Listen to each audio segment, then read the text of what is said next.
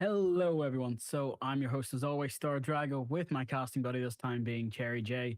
Cherry, give yourself a quick introductions because I want to be quick with this, but also I want to take my time because we've got some interesting information to share with everybody. I'm super excited to get back on into these games. Giving it a little bit to go for a couple BO1s, but we're right on track as we're here on a Tuesday evening for some good Rainbow Six Siege. Cannot wait to get right on into the action, Star Drago. I'm happy to hear you say that. So, looking to my left, looking to my right, there's some great information to show you guys. First off, being we're back for four best of ones today. We've got a couple teams that have said that they need emergency subs, so there'll be some surprise tactics, some outliers, and some people who need to raise that bar just that little bit more. But as we've seen, as we've logged, these teams have now gotten a little bit more practice into it. Let's head in, see who we're seeing today for the maps. Let's see the team cards first, actually. I want to see who's playing. My brain's getting a bit too ahead of me. First team card will be Old Men, and I'm going to say 1GG has actually been a bit of a nuisance in the past as an analyst. So I hope he's giving his team the right numbers and stats, not making their egos too lifted. But Nintendo Duo, we've got Shiro, Panda, Lanart, Sushi. But the substitutes today will be Michael Plays and Regardless. Not sure which one's actually playing today because they've only mentioned one emergency sub, so we'll find out today. As Cafe and Clubhouse are the best maps with a 56% win rate, they have a third placement versus a team like Penta. Let's switch over to the Penta score so I can tell you their numbers as well. 59, again, Consulate and Bank. Two similar lineups for maps for both these teams, so they shouldn't have too many problems. But as I love to, I'm going to give Vincent a lot of grief if their team does not do well, as he's the coach and I know him personally. Suspendo, Flow, Kino, and Chronix will be going in with Bask being able to be the sub. So I'm wondering what we're going to see like. If we're going to see some pro plays or we're going to see some craziness as we head to Clubhouse to be our map. Cherry, I'm going to have to ask you, do you like Clubhouse? Yes or no? No, I feel like I see a little bit too much repetition on the map, and we're going to be getting on into the game by the looks of it in just one moment to start us off. Can't wait to see what these two teams do have. Is this is obviously going to be big in terms of your standings, in terms of how far you're going to be able to progress in this season of EON. So currently, it's going over. We see old men starting on the offense. Penta Club kind of be taking their way on defense. Let's see who will come out in these picks and ban phases. Well, I'm looking for something smart from these players. One, if anyone's been watching a lot of Pro League or just watching a few people's streams, you'll know Echo's actually become quite strong on this map because of the difference and changes he has, but also the fact that he's just been getting a bit more crazy usage with that SMG buff. Just a little bit. It wasn't noticeable. I didn't even know what was happening. So I'm going to call out our observer for noticing now. We have stats CC on, so I get to know the stats and numbers later without having to do any work. That's going to be fun. But we get to see something cool here. First, we're going to Church Arsenal. Denari, 2-bar scope with Smoke, meaning a much different lineup with Mozzie, meaning Intel is going to be a bit more tricky to get, but also your biggest nightmare. If Scopus can not teleport, if Scopus can switch bodies and get behind you, he can do a load of work and damage. Something I do want to say that since you don't like Clubhouse because it's played so much, Attackers need to locate I'm and going to say this defuse to you. bombs. I recommend bringing different lineups for teams. It changes the game so much more, especially on attack. I've realized a lot of people hate the oil pit rush. Yes, there's only certain ways to attack a map, but the oil pit rush strat has been my favorite game just because nobody's expecting the gold, silver, platinum, even in champion. It gets away with way too much. So, what I'm hoping from Old Men is go with some new tricks. Otherwise, go with the dog. Right on into round number one. So far, when we look towards what the current plan does end up being, we see a lot of the defense kind of isolated in a position where they don't really have a lot of stacking up with each other, which you gotta kind of imagine will force the old men to really try and play the map, look towards where they can't enter, and right now it is just going to be seeming like they're going to scale things relatively swiftly. We already see some of these shields coming out, a cover to play with, and now we're trying to make some verticality occur with the high ground being taken. It is interesting that we get and nobody's actually died yet. As you can see, Blitz has no problem being in this. He's in that office. He's going to be causing a bit of trouble. Hopefully, this is to start him off, but no, he's actually going to get caught. The problem is that flank is actually going to be enough to get one down. That's Uber off the board. Rolex gets taken out. Now they just need to wait for that pinch to come through. Whether Blitz can go up and get the scope boost, or Mozzy's gonna swing, cover his teammate, and get the frag himself. As he does spot the Blitz, it lands the Blitz, take him down to 1 HP, but John's still alive. Sorry, Jobu's still alive, but he's gonna get taken out by Swish, so that's suspended down. Whether Jobu's gonna be able to survive the next couple of encounters is gonna be a problem. As Bass gets one, takes that Lariat. It's the right flank at the best of times. Smoke is going to be waiting here. We're going to have to try and bait for it.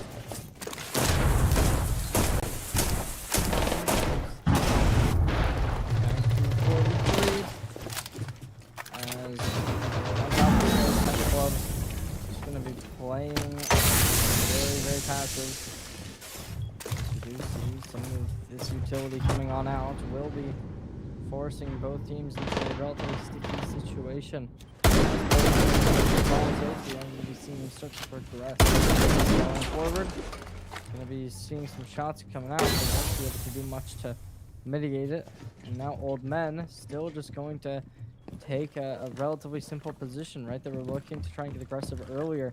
We will still be seeing one player doing that, but the rest of the team just kind of staying waiting for somebody to peek.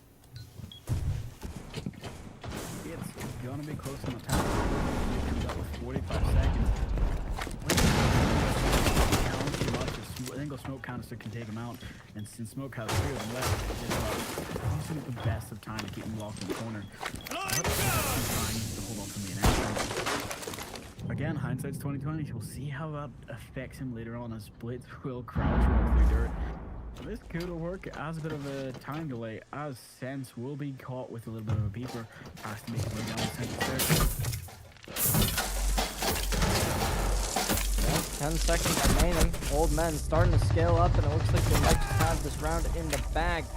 Everyone on Old Men crumbling like flies. There's the diffuser planted, and it is the attackers of Old Men to deliver a phenomenal victory in round number 1. Despite the time getting low, they secure 5 kills, only dropping a single player. I'm gonna say that's quite a strong start for these teams.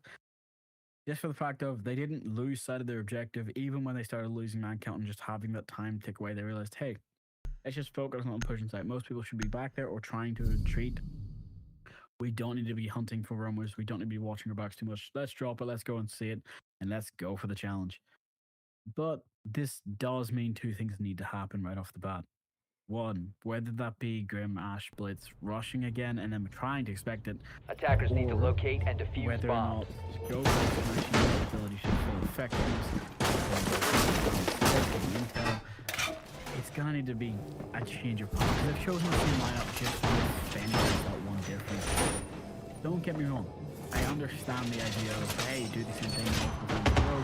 Eventually it should work, but as the definition of insanity, we need to make sure that this is the second attempt and we don't give them a 3rd and 4th, because it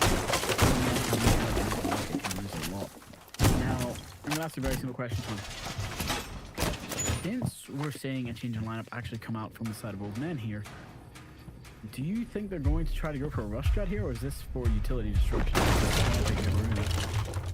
One would have to imagine that since they are kind of swapping things up, they are going to be a little bit hesitant to make aggressive plays right off the bat. So there's a real possibility that they will, but I think in terms of how they're going to try and progress, I'm still going to be expecting it to be a little bit slower pace, a little bit of just kind of fighting time, trying to get a little bit aggressive towards the end, but we'll have to wait and see. Because right now, Old Men currently, they had a phenomenal round number 1 where it was solely built off of just being able to leverage that player advantage and secure the round. But whether or not they'll be able to continue playing in that sense of dominance, that'll just kind of have to continue to be a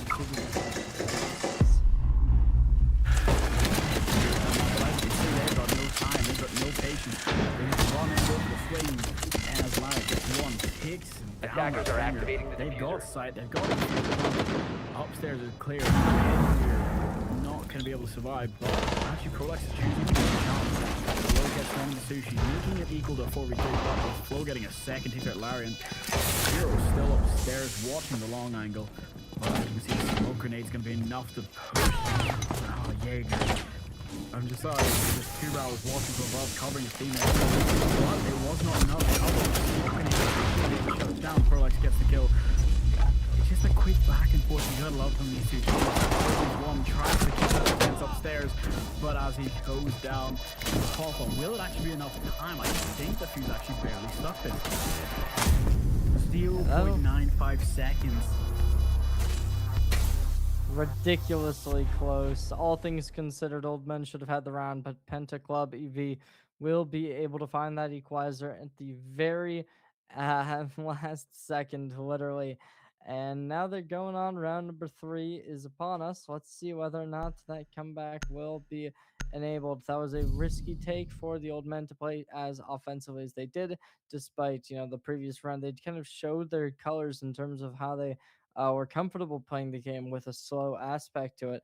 This time they completely changed it up, said we're going to try and instantly swap the tempo, and Attackers need to unfortunately it locate and just defuse didn't. as bombs as they can. It's one of those moments where, yes, it worked. It was the right strat. And we'll say, they should be proud of that. The fact that it came down to the last second, it just wasn't able to hold because he was able to get back upstairs. And sorry, Pearl like was able to get back upstairs, challenge the planter. It's just that little bit of protection that was needed from the team of Old Men. Just need a small tweak to that. But anyway, good strategy from them. Just maybe over drone intel, keeping things safe, and using it to the best of their ability for forward late game strategies, and not losing your drone when you come into place in an unfortunate situation. I'm actually gonna wonder something here, because the only hard breaching they've got is Maverick, and Prolex takes out fast. I really hope that was just the problem that person's disconnected, but no, they don't care. They're more than happy to keep playing. So let's see how this works. Already playing for the top side. Maybe it was ball. There's the damage coming on through. So far, no kills converted. And, oh, never mind. There it is. TV down a player. Old Men. Gonna be happy with the opener. And as they continue to just play through the building, let's see whether or not Pentacle EV on the defense will be able to bounce back from being down in the steps. Its shots ring out, but nobody to be secured.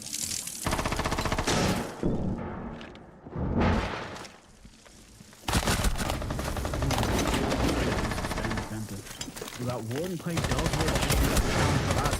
Like will be exchanged the timing for that for sure, but Prolex gets the repack immediately, but he's not able to get out of there safely enough. It becomes a 2v2. Only problem is one's on site and one's rotating back after using C4 as a distraction attempt. So they have to go waste a lot of time not only catching the fuser but trying to clear and looking for something. Kelly though has the ability to pick up those cameras and use them to their fullest advantage. So as the C4 is ripped and wasted by Bandit, will it be heard by the Grim actually? If it's forgotten about, it can do a lot of work. So it looks like Destruction Tried push is going to come in for this. Right. 2v2 in the first round on either side. Make your favorite Old Men a little bit more versatility in that aspect. So far they are just playing a little bit defensively. A minute remains. Pentacle EV going to be playing aggressive. You see that player on the left could possibly look to pinch on in. But the static is looking good. There's a grenade to try and flush them out as the aggression now pushes forward. There's one, there's two. Flo Penta finds the round after taking a dip last round. They bring it back to go up 2-1. Much more solid defense, much better, slower playstyle to clutch it out. Instead of having everybody rush around like headless chickens, that worked. And again, the team kill, making it a 4v5 at the start of that round. Not ideal, but did work out for them in the end. Maybe it was just the idea of, hey, we want to see if they have a Lokebi. Let's pop our teammates, see if they have a snake as well. And it turns out, nope, neither of those, only one of those. So they were prepared for it in the long run. But as Asami and Capital will be removed from the board, we have Clash, Goyo, Smoke, Wamai, and Mute, and they always have the chance to quickly repick here. But I'm wondering, are they making the right choice for them? It's been a bit difficult for them in the past, especially when they try to go for that late game change, especially with CT Cash. You want to try and make sure you know what your plan is. You're not going to Attackers execute your need to teammate locate again. and defuse If as many Bask does bombs go as they down, it's can. quite funny, but it's better to have all five standing and use the full utility that you have.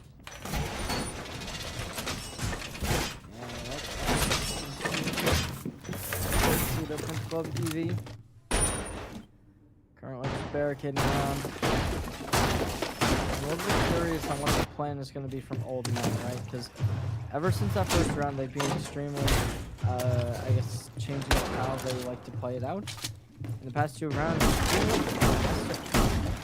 Round number one, saw the clock go down. I believe it was 10 seconds before they even started to maneuver on. This time, I hope that they'll be able to get back on into that player advantage and make sure that they don't ever lose it. But currently, they're right on into the round. Old Men playing aggressively, same as usual, going up instantly.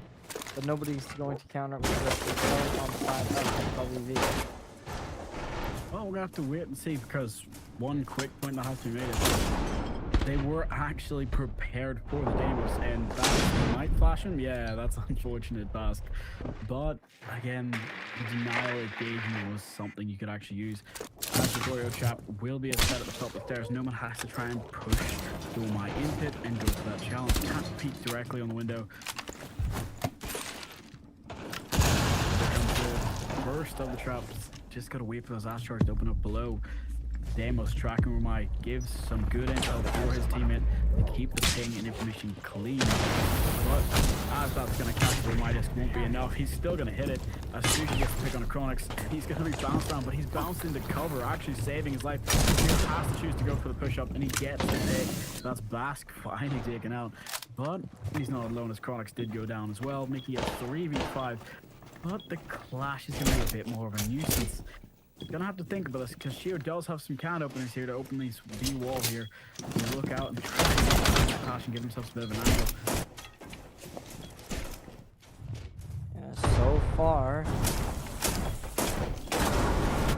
it's just gonna be Pentacle EV down player, but they make that Pent secures a double kill as Shiro is getting another. Down to a 4v2. Penta Club EV not happy whatsoever with the current state of the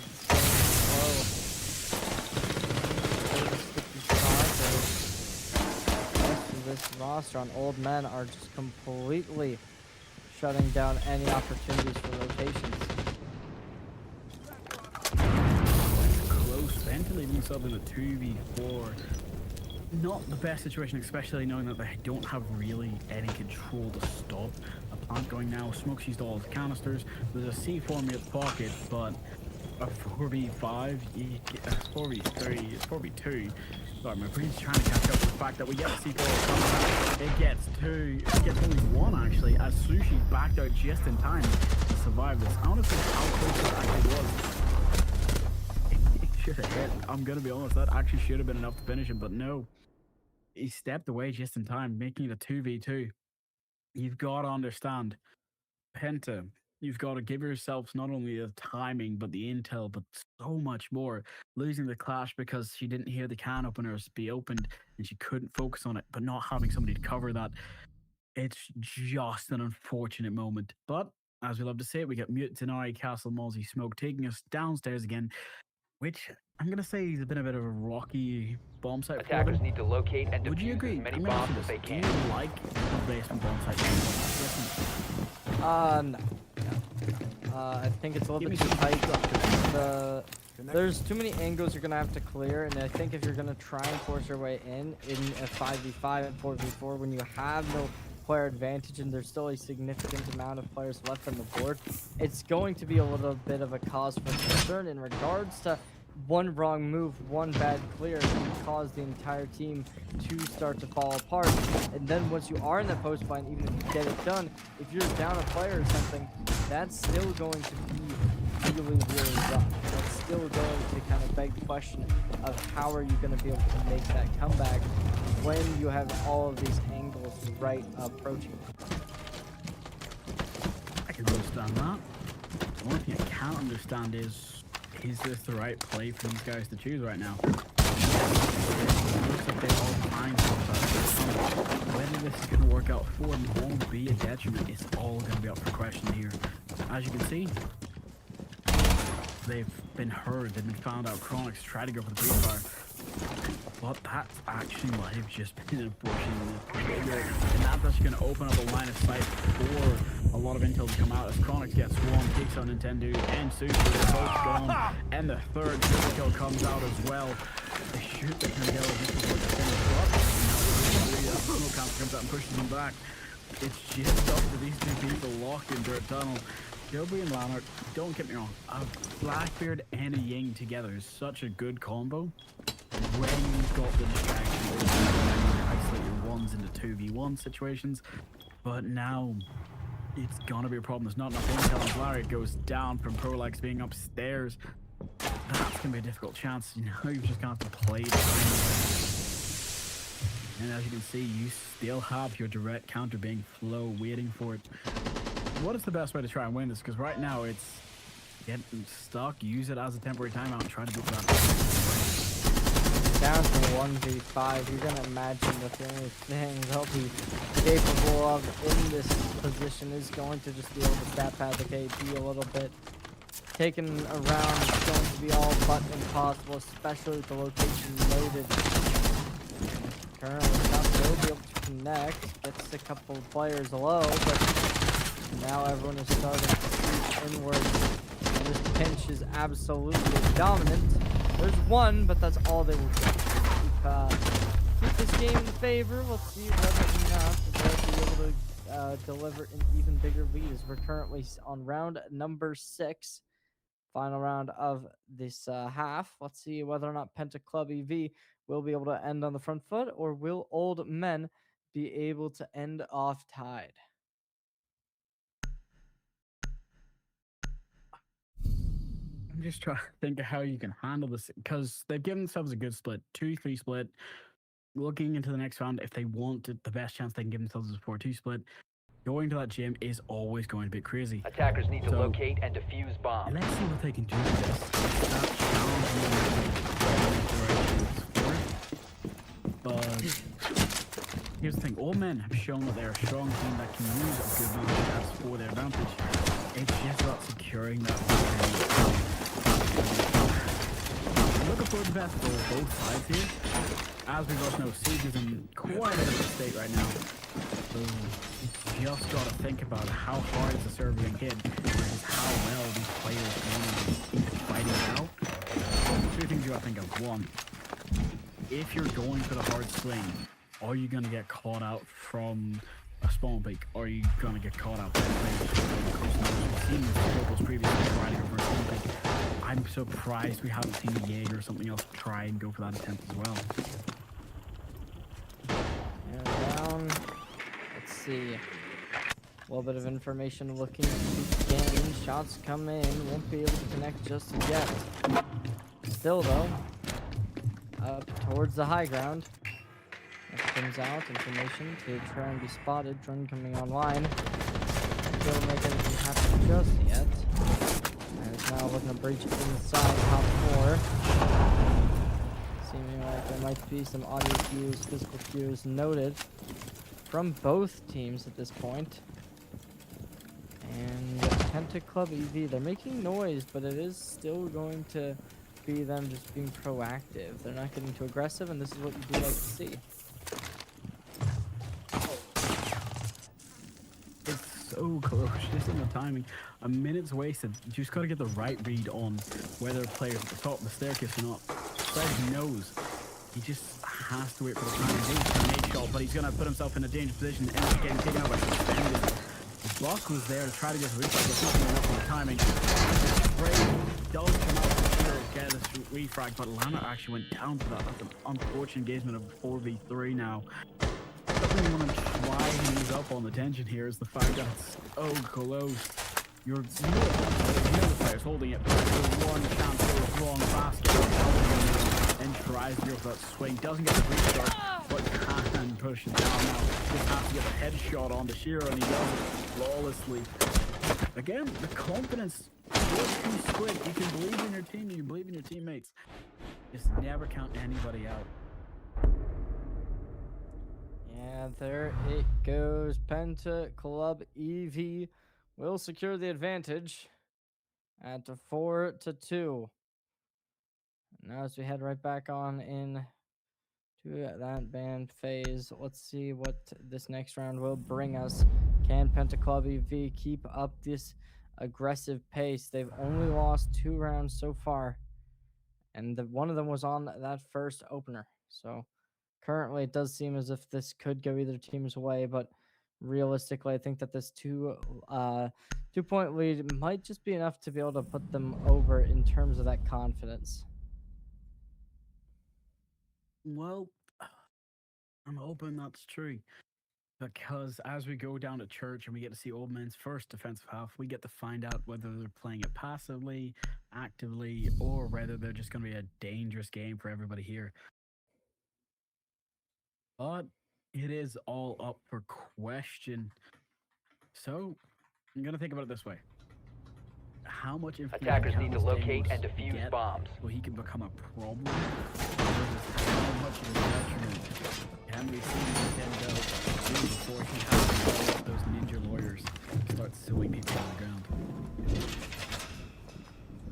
Yeah, I mean, I'm not totally sure myself on how these players are going to be trying to react to these things, because let's see. I'm not them, and Old Men, they're certainly not me. They're a lot better. They're a lot more mental intelligence, more likely than not. So hopefully they'll be able to make a comeback, keep themselves in this game. We're just going to get on board, though, as 3 more seconds till this second half does occur. And now we head on through. Well, I am happy to hear you say that, because as it does come down to the Demos, he's going to need a lot more help. We're just going to have to wait and see what they can actually bring from this. One thing I'm looking forward to is just going to have to be aggressively. Do you want to end up getting shut out? The problem of Black Grid comes in. Defender loves to do so often. We're just going to have to wait and see how much more aggressive can they be. Currently it is just a to be determined in that regard, but eventually, one of these players is going to fall the right. The other team is just going to look to try and get a little bit aggressive off of it, more likely than not. That has kind of been the way that Penta Club EV is like to play these rounds out. And how they're going to try and change it, that will just be a to be determined. As honestly, I feel like this could just be Penta Club EV here. So far, they've been looking amazing in terms of their firepower, and it hasn't really been contested to have different old men decent amount of these rounds. Well, as you can see, the contention is going to be strong as they've set themselves in a 4v5. But this smoke is no longer safe. The moment this challenge comes out, he's going to have to either try and win this versus Flow, or just beg to survive in the staircase. Actually, he might have just been saved by timing. He might be able to get out of there safely now, as Demos has 4 operators tracked. There's the 5th Fender now being found. Smoke's position on the staircase is so precarious, but it is just good for the intel gathering. It's good pressure, it's good promise, and as it comes down to it in timing, it's such a strong play when you get to take out Flow like that. That's Buck off the table. And now Prolix can't let this slide. It's all about the honor of your teammates, as well as the nade comes out. It's going to be enough to force him, but he's going to get refragged there, sadly, by Prolix, waiting for the pick. It's still a 4v3. HP advantage still goes to Old Man.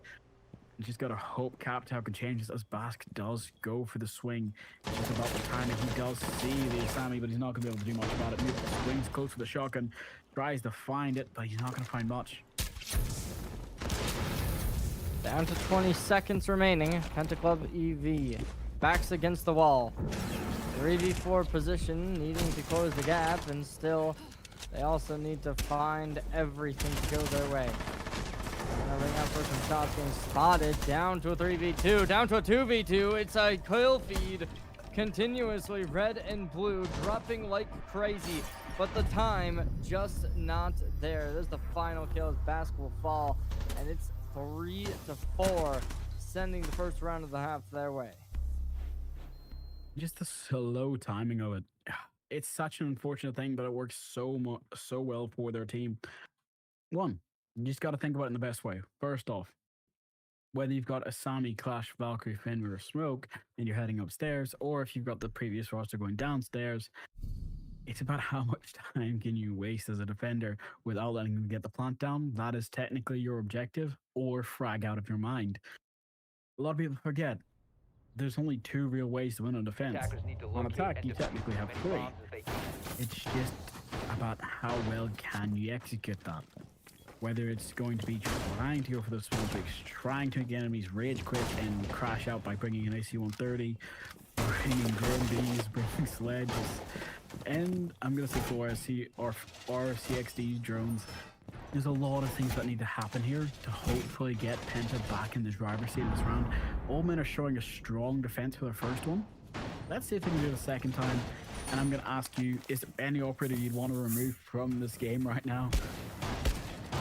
Not necessarily. I think anyone here can be a playmaker in their own right. So it's just a question of who's going to be the one to be able to make that pop-off moment. Who's going to be the one to change up how this game will be played out. And I think overall that could go towards a lot of players. I think there's a lot of individuals on this list that have a lot of potency to be able to just kind of find success. So we will wait and see what does end up happening. I mean, personally, I could not tell you, but I think there's a real chance for anyone here to take a victory. Well, I'm happy to hear you say that. As the question does come out, I would have probably said Blackbeard. He's been played so much in the last couple rounds. He's such a strong character still that, given his function versus utility, most of the time I'd probably try to get him banned or rid of, especially if you got a Clash as the only one who can really challenge him and slow him down. But we're just gonna have to wait and see how this works. The timing comes out, the drone gets taken out.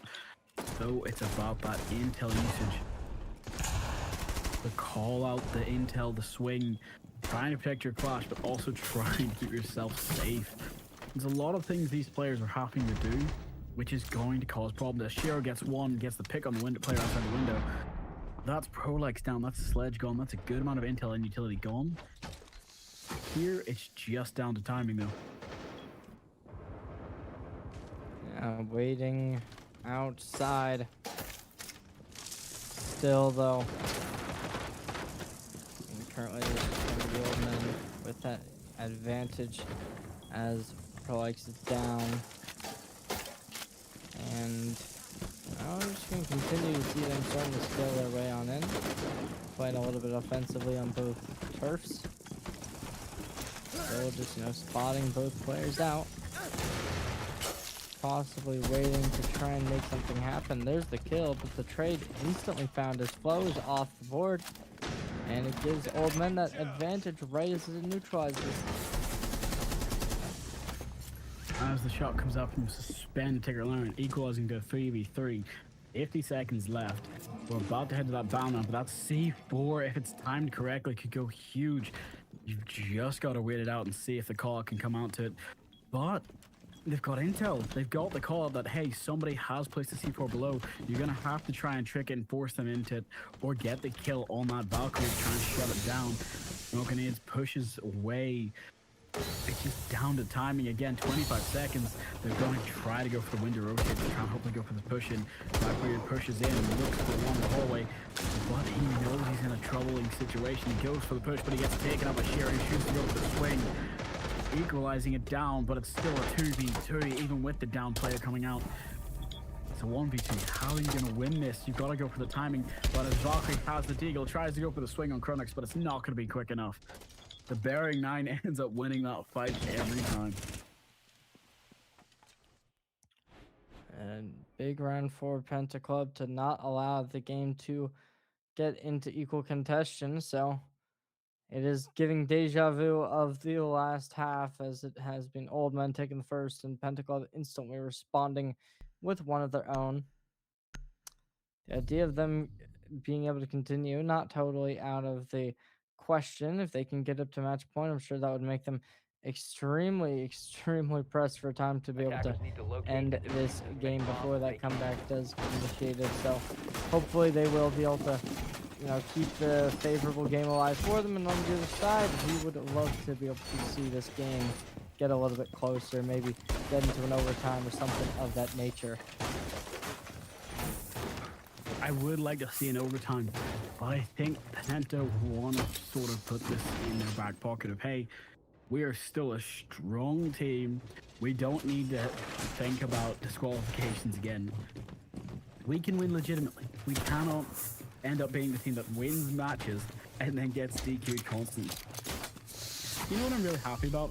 If you haven't read the patch notes, certain small changes have come into this game for certain gadgets and utilities. My favorite part is the fact that now those, I'm going to say, observation blockers have actually been placed faster. Certain reinforcement gadgets, certain other things have been changed, like barbed wire. Secondary gadgets basically as a whole have got a little bit of a change on it. Everyone understands that this is the observer bug that you're currently seeing now. That's why it's hitching on the feed. That's just what's problem is with Siege at the moment. But something you gotta think about more is this multi with Black Eye Skin walking up as a complete menace versus Sushi. Who's gonna be cold with it? Who's gonna be there to find Jobu? There's a lot of intel and problems that need to come out as Bach is running free now down in archives and stock. Yeah, it is it's down to the next round. Penta Club EV looking at Flo, who's trying to play a little bit of an off angle, secure some kind of aggression, but so far nothing really found. And if you can't punish it because it's not happening, you can still consider it being worth the play there. But now, just going full throttle through a wall and smoke to try and end up holding players out. When Chronix gets the first pick, takes that sheer, that's the established board. I'm pretty sure she still had one more of her key wires in her pocket. As Clash is gonna be a menace here, just slowly forcing Monty back down the stairs. But no, he's actually gonna choose to rush up after the timing comes out. But Chronix is there as backup. Shots down the Clash, making that Lawrence has to be the one to try and solve this problem. As the timing comes down on the switch, it's close, but it's not gonna be close enough. Smoke canister set, whole setup for below. But as we all know, the rumors and the timing set, you can't push into somewhere where Smoke's gonna be playing. A C4 does come out, and Smoke canister is gonna be forcing Monty ever closer to these defenders. Here's the problem now. Valkyrie's been pinged in a corner. Lawrence been taken, losing half of his HP to the long gunfight. As the defuse trick does come out. It's timing. I thought he was going to go for it, but he didn't. Here's the thing. Now he's got the cover by his teammates. So waiting for the angles. Smoke gets taken out. The one player below tries to solve the problem, but as Monty goes down before the defuse can be set, it's going to be up to Bask here. As Bask gets one, takes out Nintendo, shoots him out. And now it's up to Valkyrie versus Bask. HP advantage goes to Bask. 12 seconds on the clock. Valkyrie just has to play it safe for 10 seconds. Gets the intel. It's going to keep ticking away. But here's the call out. Bask has the better gun for that fire rate and gets to win the shot.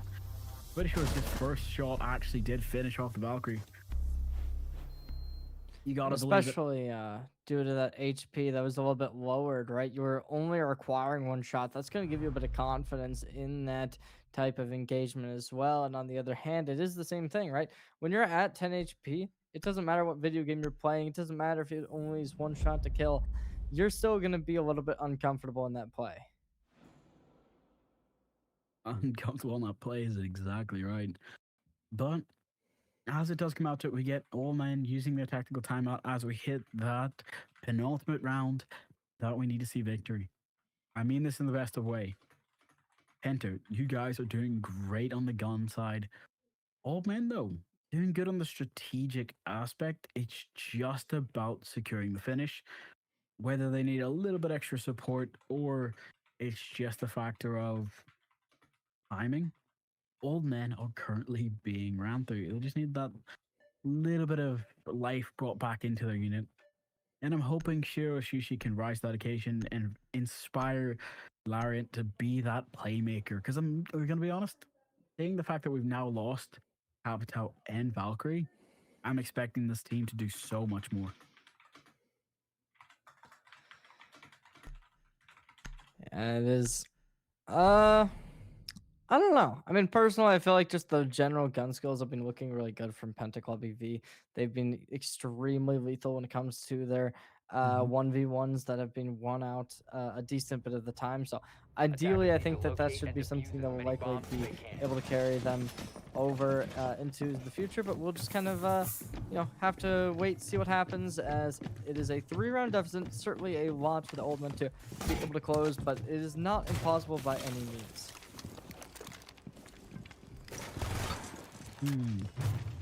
I'm going to say, I'm excited to see what they do come out from this. The moment you put a cat or a mouse into a corner, you're going to expect it to scratch back and go for that fight. I want to see the dog within these old men come out in full force and actually go for the challenge.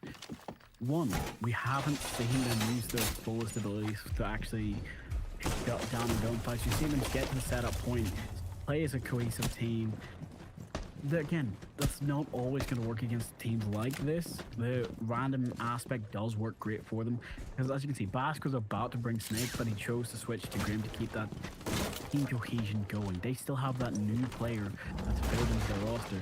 It just means they've got to work up that little bit extra, as Deimos doesn't even have anybody able to be tracked yet.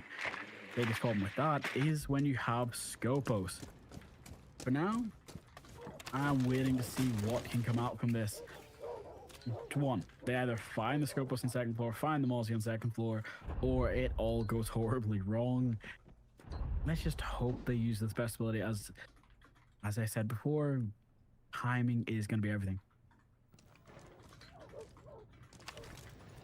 Yeah, it's strictly a game of, can you have that better intuition at this point? Because these two teams, their firepower is just so similar. And Old Men's going to be the first one to strike. As Suspended is down, leaving Old Men in the driver's seat to start off this opening round at match point. Let's see whether or not they'll be able to keep that up and try and do this, because we've seen them before being able to make stuff happen while up a player, but I don't know. Well, whether these players are just relaxing, sleepy, or they've just not had their daily cheeseburger, it's going to need to be something special right now. Scopus has teleported back downstairs. Everyone's back downstairs safely, though a lot of time and a lot of energy has been wasted upstairs. The only problem is, can they make the most of this now? They forced everyone downstairs. That's great for the aspect of turtling, but it's not great for the aspect of you didn't get a frag port, you actually lost a man. And as you can see, Nintendo tried to go for the C4, it's only going to remove half of Buck's HP. Just the distance isn't exactly right when you're facing the wrong direction. Now, hatch is open. Laser set. Buck is ready and waiting, looking for the angle. They force people out of position, back into turtling, focused on sight. But can they make the most out of it? It's just down to the timing of a 4v5. I'm going to pass it to you for a second to let it get electric in here. Stay back! Yeah, we're coming on in to possibly the final round of the game. Shots come in. That's going to do it, as it's Chronics to send out their first players down to a 4v4 position. Some HP will drop a fire. Both players locked in together, but still 15 seconds, needing to get aggressive. Down to 3v4 as Flow will shut down there first. Everyone crumbles. That's the kill feed, lighting up red. Star Drago, that'll do it. GG. 7-3 to end off game number 1. Well, you'll come back to our lovely faces in just a second. I just want to say And fair play, you were a little bit at a deficit to start us off, but you woke up, and that's what we like to see. First round didn't go in your favor. Second round, touched back just at the last little moment that was necessary, but we've just got to send it to a break. As we set up the next players, we'll catch you all there. Be expecting this for the best of times.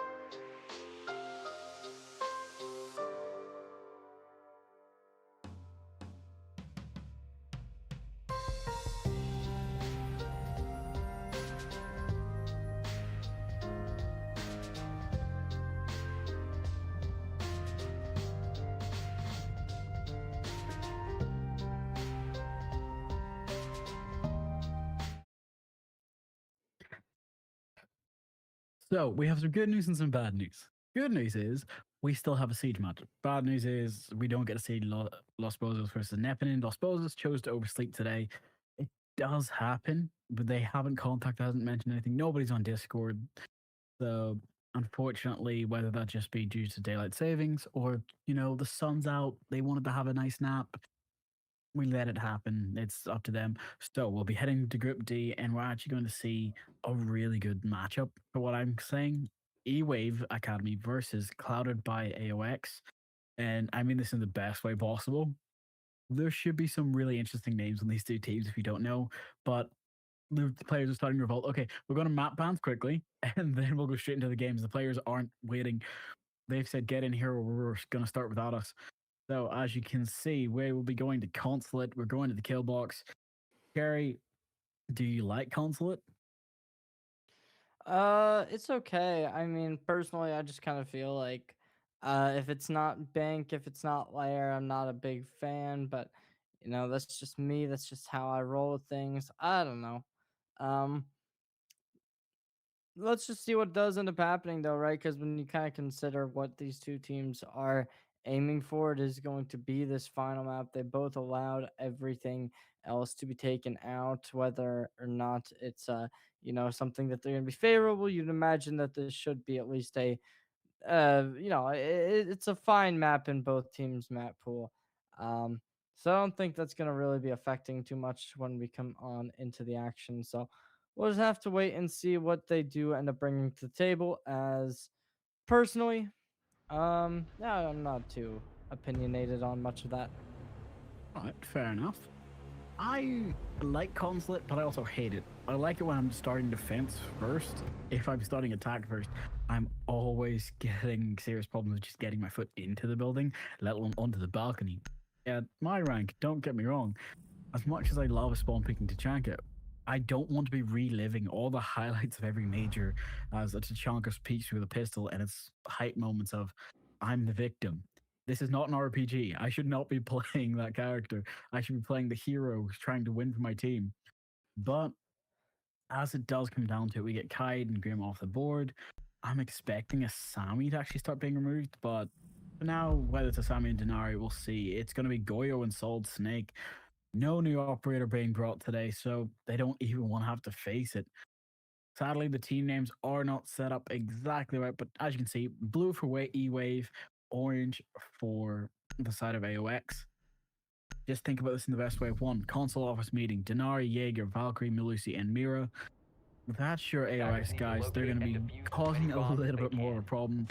I want to see what the Denari can do because we've seen some pretty crazy strats on this map.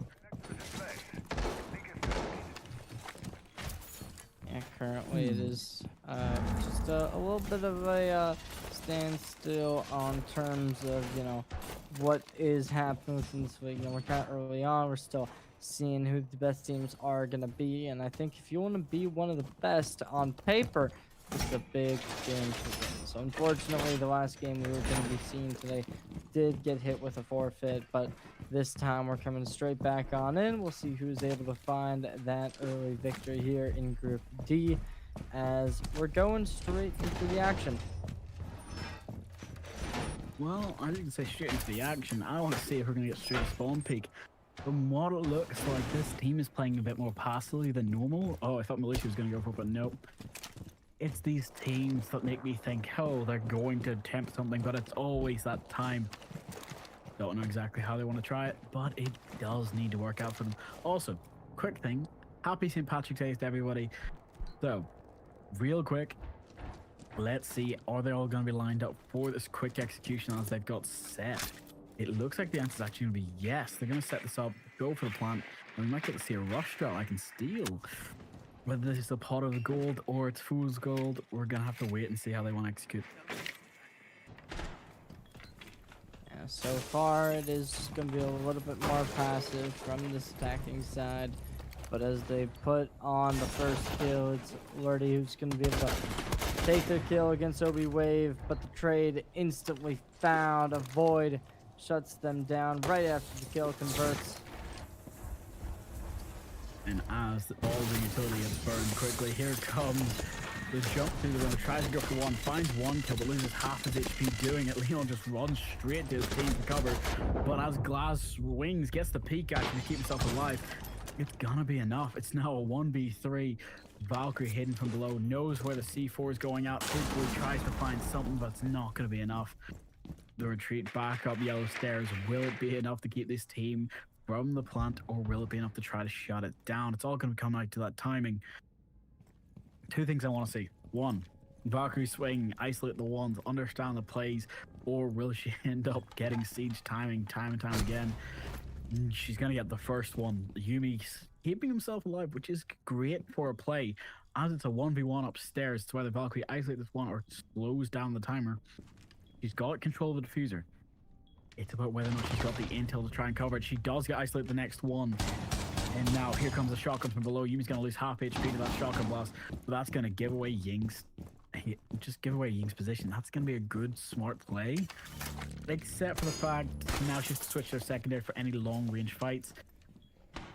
HP advantage might be on Ying, but firepower definitely goes to Yumi. The Valkyrie tries to go for play, gets the shot off, but as Ying just pushes straight through, knows the player's close, goes for the reload. Got to find something, but there's the Ying with the drop shot, gets the fire off at the last second and wins that round. Making it work at the very start. It is a 1-0. They enter in a really strong start. Wave is going to be extremely happy with that start. As you know, if you lose out on the first, it's not the end of the world. We saw it last game where despite losing both first rounds, there was still the win converted. So this time, we'll see whether or not we get some deja vu, or whether or not it is just going to be, a standard game like what you traditionally see, where it's just a big journey that needs to be hit uphill. Well, I actually am looking forward to seeing how this team chooses to make their stand. Just a real quick thing. Caught by OX, don't get me wrong, it's a great German roster. Just, I'm not sure if the entire roster is German, but majority of the players, the core is. They've done well in other leagues such as Back League. They've done well in other tournaments, 7-0 versus Raiden, because Raiden esports keeps becoming inactive. But they've done well in Axis series. They've pushed well into this and done so much more. I'm looking forward to seeing what they can actually get out of themselves. They have a captain, they have an analyst, so I'm sure they've got a coach who'll be there to back them up. It's just all going to come down to that timing. First off being, I want to give them a little bit of benefit of the doubt here with the Scopus hiding upstairs. How much utility she's going to get out of this, we're going to have to wait and see. We're going to have to wait and see indeed, as we are still just waiting to see what ends up coming off of this game currently, though. It is just going to be a relatively standard game. Nothing crazy coming off of it, but let's see. I mean, oh, maybe they spotted somebody. Seems like it based on the information given. But at 2 minutes, this close range weaponry should be allowing Wave to try and take long range gunfights to capitalize. We'll see whether or not they are going to be enabling that, or instead just trying to go brute force all in. Well, I'm hoping to hear you're right about this, because as the timer ticks away, it's 3 operators being able to be tracked by Deimos, but will he find any of them? It's all going to come down to that timer, as Sight has to be pushed from behind. Here's the thing. 1, you're still in a 5v5 situation. Not a lot of utilities have actually been burned, except for the side of the attackers. Their chemicals gone. Yes, they recharge over time, but it's not going to be worth it completely. Deimos having to push up after wasting 2 scans. He can track the bandit, but it's about whether or not he's going to be able to find another one of these players in sight, which he does. He gets the bandit, takes out the second scope was shown. So no teleporting, no giving intel. Nate goes out into the corner, forcing a bit of a play position, but it's actually going to be Diax who's going to get losing a lot of HP trying to go for that challenge. He's put himself between a corner he does not want to be in. As the shots coming from Trex, gets one, takes out Ella, and that's Warden down as well. It's now a 5v3, but Thermite's planting, Leon covering the angle, takes out traps. It's Yumi trying to go for that clutch factor. Gets one, takes out the Damos, has to isolate these ones or just drag out of his mind. It's going to be a tough fight. The moment Dukebe can get those phones for intel, that's going to be a game over, and especially when Thermite's got the gun skill as well. Gets the right read. Beautiful shot. Love to see it. There's the second round. It is looking very good so far for Wave, as they've been able to put up phenomenal numbers. Look towards this next draft coming through. Solus, Melusi, Bandit, Smoke, Pulse getting picked up on the other side. You see the Ash, Ram, Finka, Nomad, and Ace. So let's see how this will end up playing out. As so far, we are a third of the way through the first half, and it is looking good. Obviously, you know, you got to be on the front foot each and every time. And so far, this blue squad on the attack just has been looking a little bit more lethal. It's just those moments where you want them to find something more. But here's the thing, you can't count them out yet. E-Wave almost lost that first round. It was just the clutch factor from them to try and save it, which was necessary. So whether it be Yumi trying to frag out and keep this match on hold, or whether it be E-Wave having to try and keep their whole team alive and not give away simple mistakes, it's timing, it's constant. We love this game. We love to see what you can make out of it. But we also like to see what rat strats can come from these players hiding in corners and garage, as well as seeing where the bandit's hiding. But if he can get a smart play off here, it could be huge. And now they're just playing a little bit towards that slower pace. There's the opener, as Void is going to be able to take clips down and shooting lead right into their head. As up to a 5v4, this player advantage should be a really, really big uphill battle to play towards, especially when you see this next red outline, right? They're right on the verge of a big massacre. And whether or not they'll be able to do anything about it, that will just be to be determined. But so far, it is going to just have to be continuously barricaded. Moving up towards the high ground once more, playing from the window. It's still just going to be the blue team looking to insert themselves deep down within enemy territory. Well, it's going to be down to that timer. 4v5. Looking at a couple things here you got to think about. One, the time wasted, the utility burned by this bandit. It's going to be enough of an issue. Also, the fact that Solus has now just been spotted on the drone means that they're going to be waiting for it. Yumi gets the C4 off, though, takes out Habana. That's a heartbeat you're gone. Meaning that even just trying to push in, you've only got that singular ace charge left. There's a lot of tough choices that are going to have to be made here. As they can see, the Solus Monty goes for the challenge, but Bandit's here to try and back up the teammate. But they've got to know Smoke's still upstairs. If he can get around this, he could actually go for a huge play, but I think he's just been spotted, so he's not going to be able to get out of there safely. Pulse might be able to help with the C4, but it's a lot of utility to burn right now without much confirmation. As Monty's actually going to go in for the plant here. And that's two quick picks from Bracket. It's going to work great for the side of E-Wave, making it a 4v2. Going to have to do a lot to save this. This is another massive round, but a phenomenal pick from Riolo.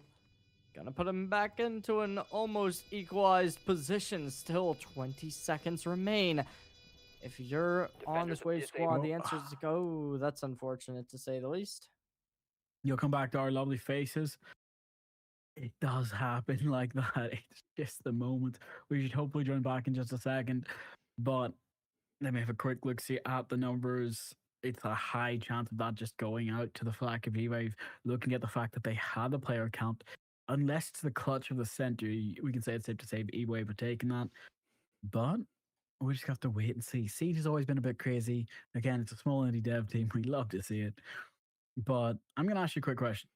Did you like the snake ban? Because this isn't a moment of a lot of stealth, a crotch operator. This might have just been the fact that they don't want to have to bring it. What reason do you think they'd bring the ban snake?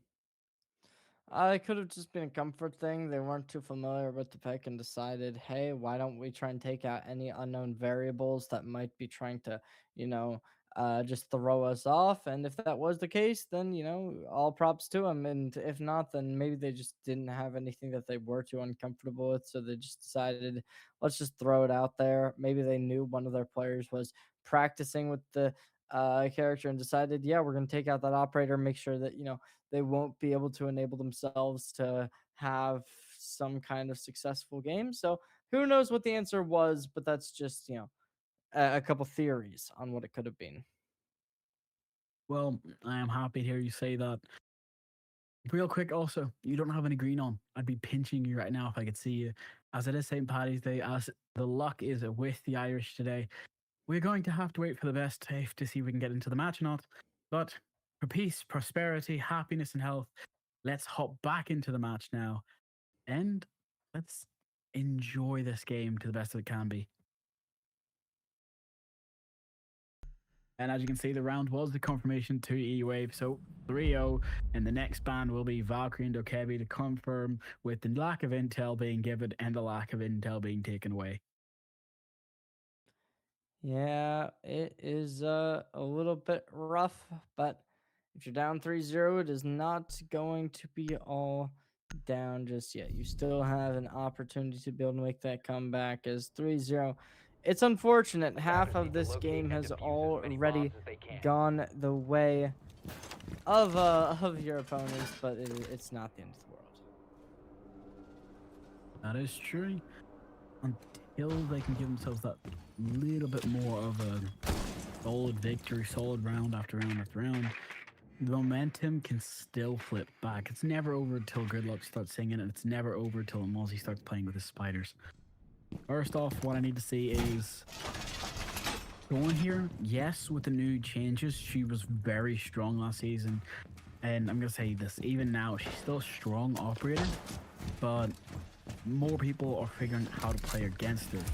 You have Ella to slow it down using the combos, using different methods to try and punish the players who aren't paying attention. But you need to find something else to try and cooperate with. People are learning the tactics. They're actually droning again. Nobody's just rushing through doorways. 30-second meta is still a thing, yes, for certain teams, but it's very specific to the teams. As intel and information is being sent out, we only have one player roaming on the first floor, and that's going to be the Solus.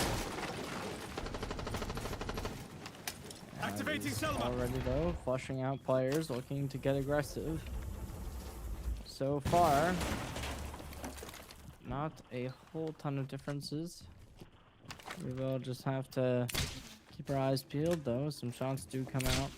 Looking to try and just fish out anyone. So far, not much to be seen. As still a 5v5, we're about to hit that 2-minute mark, and currently starting to possibly make their way inside the building. Information spotted. There's the first. Leone dropping down DX for the first kill of the game, but the instant changes bracket falls collapse. And I mean, interesting enough, if you haven't done the Wordle today was Clamp, so a little bit similar to one of the player names here. Yeah, they're just gonna keep on. A little bit of a concussion dropped in as DB in a bit of a sticky spot, but they are going to be able to back off as well. Well, as it does get close there, it's all going to be about that timing. But as Yumi gets the pick on a Void, that is him 68. And he's going to have to be 86 to take out of this game. Let's see if the timing's going to be enough.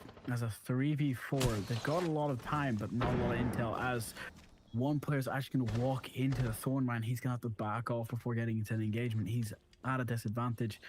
But as Yumi has poked his way just in behind the shield here, he's going to be able to get out again safely, wasting a lot of time and utility of these players as that Flores drone's going to take out that shield. The swing needs to come out from the team. They move up, giving themselves a bit more of a plan. But as it's a 4v3 with 30 seconds remaining, I'm hoping the Nomad can get the right read and either swing into the arena here or hopefully swing onto one of these players close to the shotgun. Hopefully it's not going to be the mute. Yeah, it's going to be the mute. He's going to end up losing that fight as Yumi gets one of the Leon. no Leon Kennedy can finish this Rec Room. We need to see, as it's all up to this Nomad. Will this player be the last one standing to try and clutch us out, isolating the ones, or will this just be an unfortunate situation as the pre-fire comes out from Yui? That answers all they wrote. Evil, devilish, and a painful way to go, especially versus E-Wave, who are giving themselves such a good precedent for this round. It is 3-1 though, so I'm going to say it now. Much better play from AOX. They've set themselves up. So let's see if they can get a couple more rounds out, just 3 more. If they can give themselves 2, they can put themselves at the 3-3, and then they can take their advantage. If not, we'll have to wait and see. Defenders, protect your bombs from It's being a defused by attackers. big lead so far, but it is starting to get narrowed down. Down to 3-1. Let's see whether or not that change will be continued to equalize, or whether or not this will just bounce back. So far, though, it is looking relatively good over on this offensive side for the Wave roster. And if they can continue to make this lead engaging, then yeah, they could certainly pull through. You're probably right about that. I'm just trying to think about how they want to do this. One, you try to go for the early swings, you slow down momentum, you try and change it into your perspective, because, or you just speed it up and try to outpace your opponent. Right now, we're seeing that Orange team have finally found their pacing. They've finally woken up and given themselves that last little bit they needed. Buck will not be opening that without a can opener, so he's going to have to retreat back to his secondary plan, go for the windows. But as we've seen before, Thales is here. There's a lot of timing and intel that's going to have to be found early. Let's see if they can make the most of it to clear this upstairs. So far, we are just going to continue looking around, seeing what's going to come off of this game, and 3-1 being the current score line. I mean, one would have to imagine that there's going to be a big advantage for this blue roster. Starting in Wave, looking good. And the time bank does start to trickle down just to an extent, but down to 1:50. And so far, drones coming out looking to try and gather information, but there's not a whole ton of that being available to either team. We're going to be seeing drone coming out to counter perhaps, but look at this peek out from Bracket. Really wide, but unfortunately still just unable to find much. It's so close to the time, but will be enough. They're getting it. They're slowing it down, which is good, but there's no real pressure actually being given. They're just trying to look for easy picks as Miro will dance around these bullets to survive this fight. I'm just trying to think of what do you do in the situation. It's not a problem of they're not making it into sight. It's a problem of they're just being stalled at choke point. Bracket gets one, which is good. Kicks out Claps. Leon's there to take out Dykes, which is a great play. Moving to Brow and Wamai, he gets stronger as the rounds go on. But as Ella is now targeted, where Demos has to run and escape, he's gonna be waiting for it. Ella and Mira now back on the site, safely in equipment, but it's the problem with the hatches. The forwards are soft.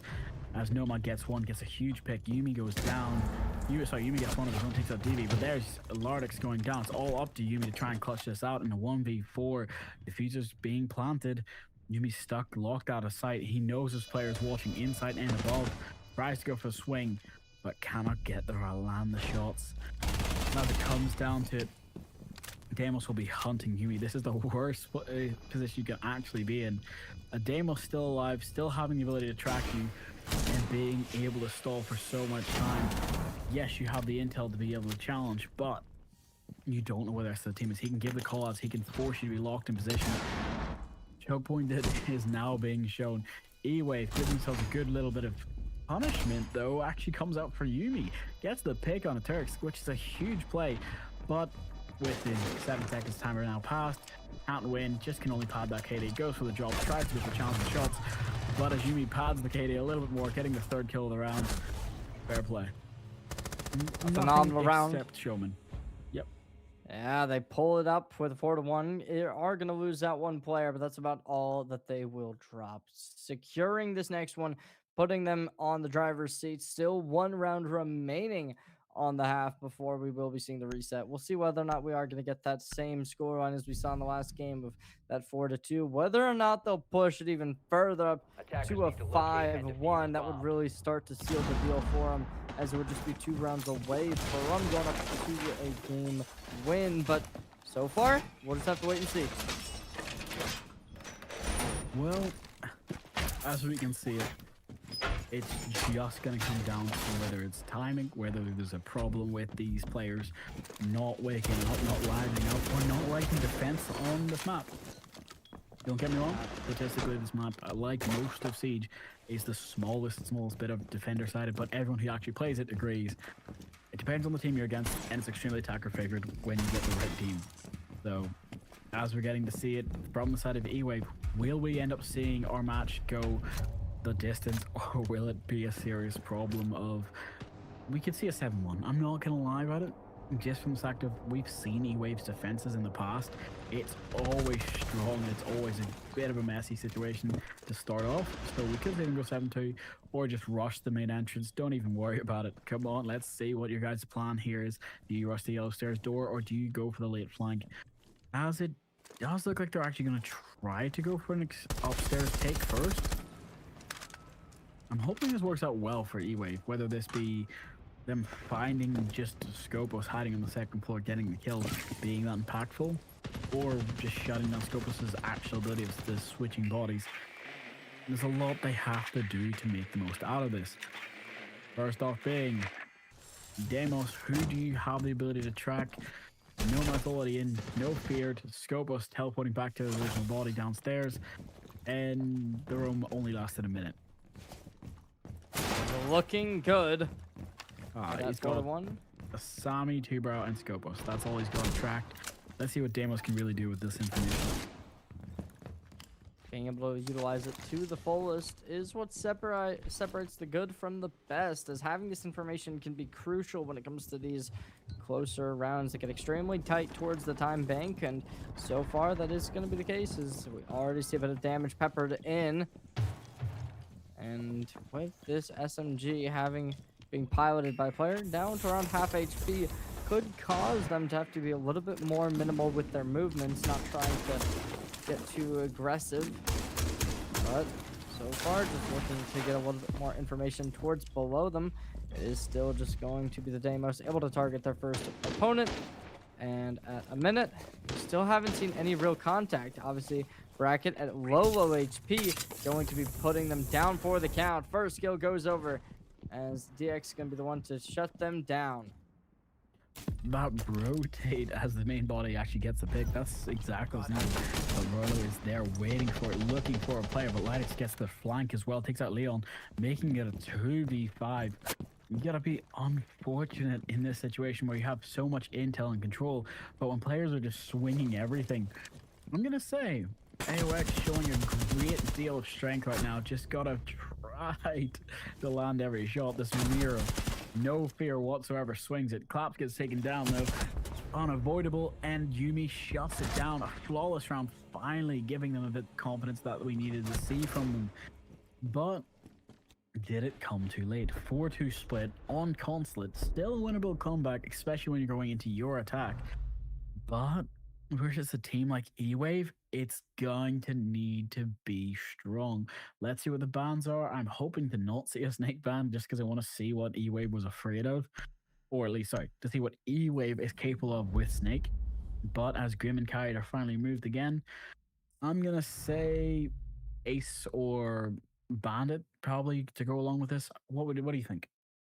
I couldn't tell. I mean, it could be really anything in my opinion, but we will just continue to see what does end up happening, as we're still getting right back on into the action. Second half about to start, as it is going to be the Montigny, and I don't know. Let's look towards the Smoke, Fenrir, Denari, Mute, and so far Texas is still just holding. Never mind, they pick up the Valkyrie.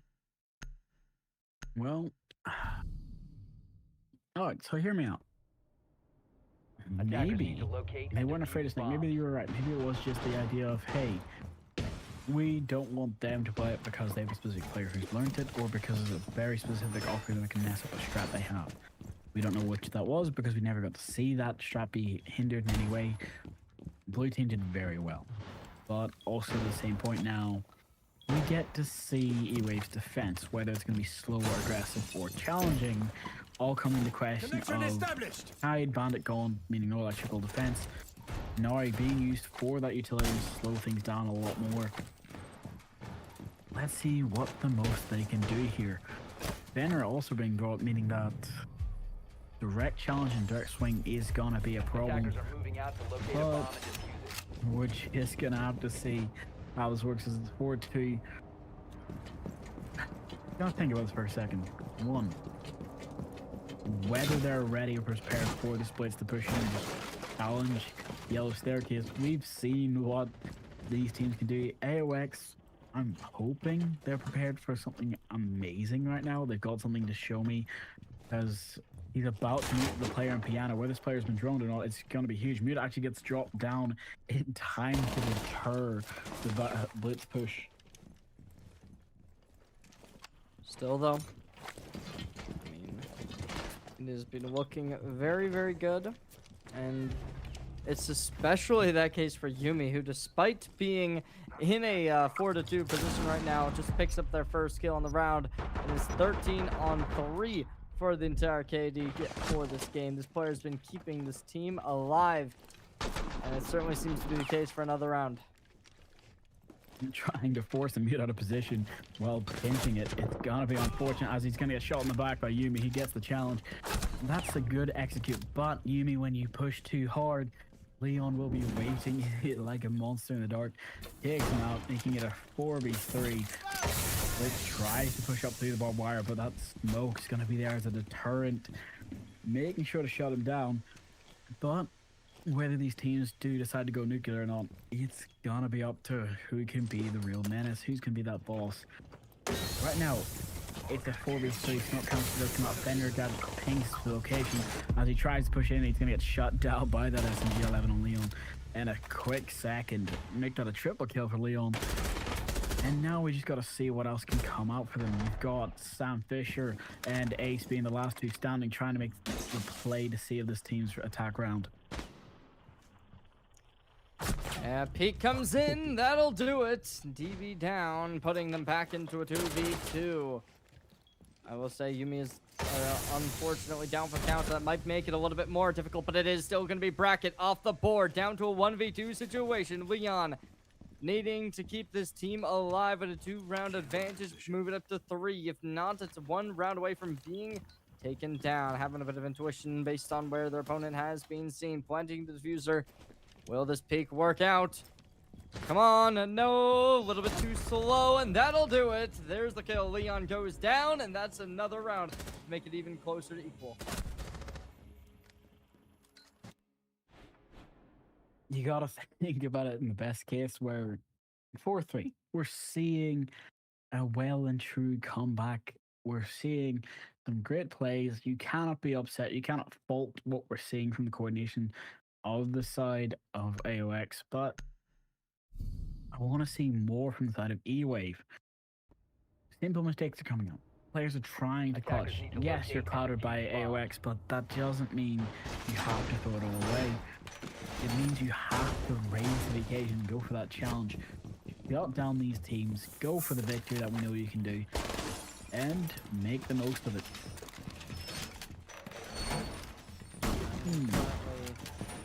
It is 1 round away from being equalized.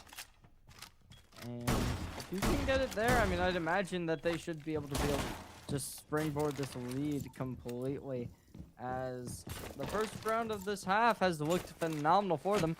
Let's see if they can keep it up, though, as we continue to play out this game number 2 so far in the night.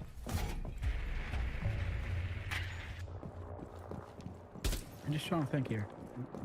Sorry, one sec. Got a phone call. Gotta hang up on that.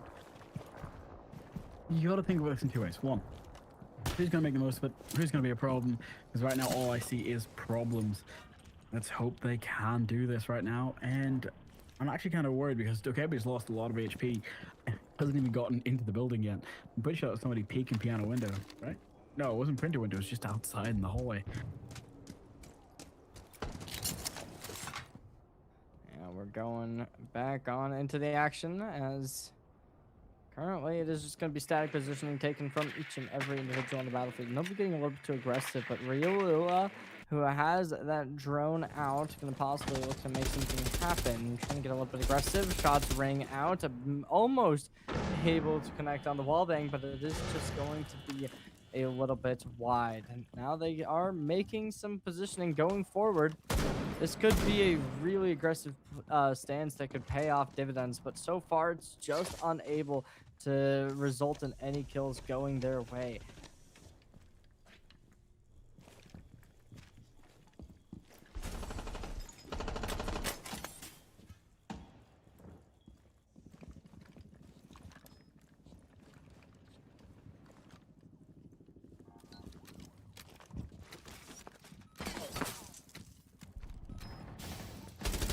Still, there's the shots coming out. There's the first as Texas down. Leaves them into a 4v5, and it's going to keep on going that way. It seems like an equalization at 4-4 is just going to be inevitable, as got two real playmakers already down for the count.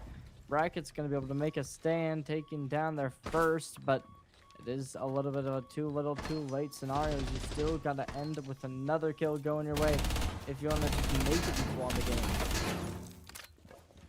Well, they're trying to make it equal, but after being in a 5v5 situation for so long with so much utility to burn, they got everything but time.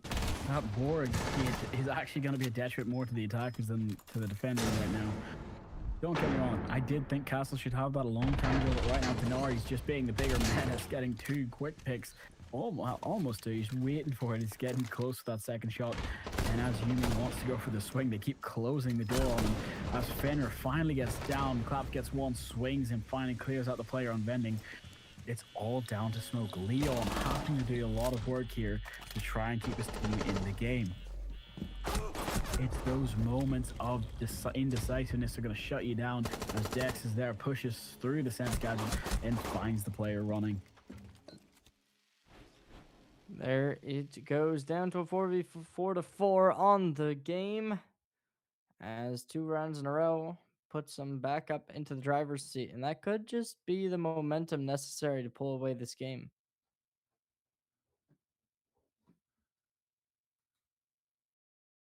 I'm just thinking about how they want to handle this. You're in that situation of 4-4. E-Wave having such a great lead on some, let's say, more precarious rounds. But I can tell you now, a lot of people were not expecting Yumi to pop off with 15 kills. But in the best light, when your team captain / vice captain can do that, I'm not sure exactly who's the captain here. When they can do that, it works wonders for these teams. It's just a wee bit more challenging to think of what can you do to talk in the situation to keep that coming back. You need Yumi to keep fragging out, or you need the other players to rise up and fill that gap. And now we can see Soul Snake coming into it. Sorry. We have Cafeteria Garage as our next bomb site. Soul, Smear, Mute, Valkyrie, and Two-Brow. Will Soul Snake be used as a 6-pick operator, or will he actually get to see some playstyle? I haven't seen how he handles this console yet, so I can't say too much about that. But what I can say is it works as a great counter to certain operators, so I'd love to see this. I mean, just gonna get a bit of information currently as the start of this round will almost be upon us. Whoever wins this takes that lead, so realistically you would imagine that this Waves team, you know, they gotta try and rein back the gears. If you can't pull it back here, the question does start to become, will you ever be able to? That is the $1 million question. It's never that easy, don't get me wrong. If you're trying to go for the push and end up getting shut down, that's an unfortunate accident. But if you're Valkyrie and you get the right read and you can go for the jump outside and ruin somebody's day, it could go huge. They don't have a Nomad. There's no Claymores on that team's roster. You're just waiting for somebody to go for that jump, and as IQ spots the default cams to try and give more info to Snake, the shutdown comes out. As before, Diaz doing great work to try and survive the C4, but shouldn't be put in that situation. Now, the time is waiting. You might have the HP advantage, but the time is winning very quickly. Ooh, Ace losing a lot of HP here, having to force his way through. Snake trying to go for that challenge, but does not have the HP to actually go for this fight yet. As it's a 5v5, everyone's still up with a gun, but not with the HP to survive a fight. Right now, we're waiting for something to start. As they try to push back into sight, Dolus is going to revolt and start again. Timing is here. I'm going to ask you, how do you push in? How do you solve this equation? I mean, one would have to imagine it's going to be confirming these kills. So far, they have 2 players put at minimal HP lines, and unfortunately, both of them still going to be alive and kicking.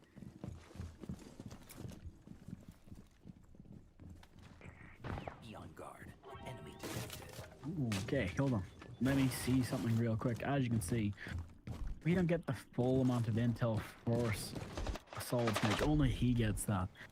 But it's also about how well Mute can deny that intel gathering game. So shots come out, pre-fires need to start. It's all going to be down to who can get in close. 52 seconds, but Leon gets the first pick, kicks out Snake. No use for his gadget now or intel. The call out is made. Solus waiting with gadget trying to get some more intel. The bracket's there to get one, but Rolo gets another. It's down. Everyone's dropping like flag as Leon gets a pick quicker than the collapse, with Bracket getting another one to Rolo. Yumi being the last man standing has to 4K clutch this now to try and save his team. But the shotgun in the hand of Avoid is going to be a bigger problem, and as the second pump works, it gets the finish. Yeah, that will do it. That's the round going over, and the Blue Squad will be able to take that comeback. So, you know, if I'm on wave, I'm saying yes, yes. Now we just have to continue to put these numbers online, make them stress, make them feel a little bit uncomfortable. And if they can put up a 6th real quick and easy, that could just give them that nice push to put them over the line. Well, I am actually happy to hear you say that, because I'm just thinking, what is the best way for these teams to do that? 1, you set up ahead of time, yes. 2, can you truly be the one to get the finish off? It's just unfortunate that when you try to go for that push and shut down, you could Attackers need to end up locate and losing your defuse life as many bombs as they can. on such simple mistakes. As Strikers actually swapped out again, this time for Yumi to play a Solid Snake. Well, let's see whether this dynamic deal, because you've got everything you need to make him strong, but you've got everything you need to counter him as well. Asami for those shields to be able to quickly rechange sight as Kiva Virus need to come out. You've got the factor of it's only 2 rounds between either overtime for both teams or victory. E-Wave getting themselves that last round is good. That showed that tactical timeout was their best friend, but it wasn't secure enough for me to say that they have the best chance of going for the 7-4 victory. I cast or jinxed it when I said it earlier. I just want to see who's going to take this in the best way possible. Yeah, I mean, it's looking good. Currently, Yumi going to possibly try and send their way on through.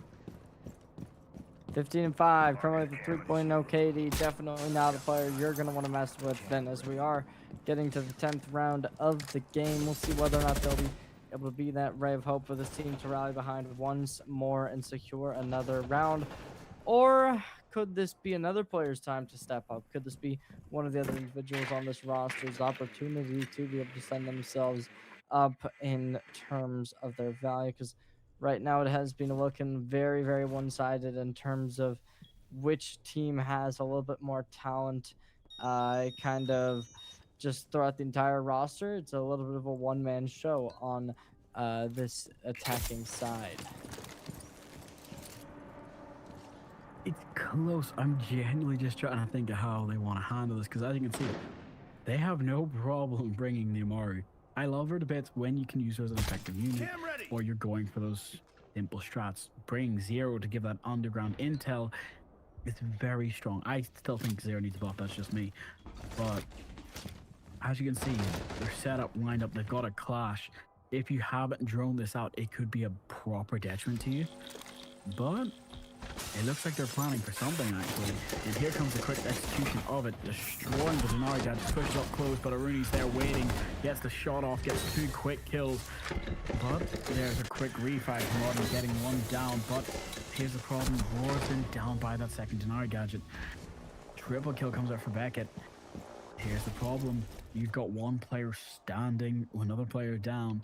You're in that 1v4 situation right now. Yes, you can go for that rotate, but any sort of intel could be just used rather for bait. I am worried about it, and there's the kill. Finally goes to shut down. Clash is going to be here to ruin your hopes and dreams, forcing you to slow down and wait for the pressure to come out.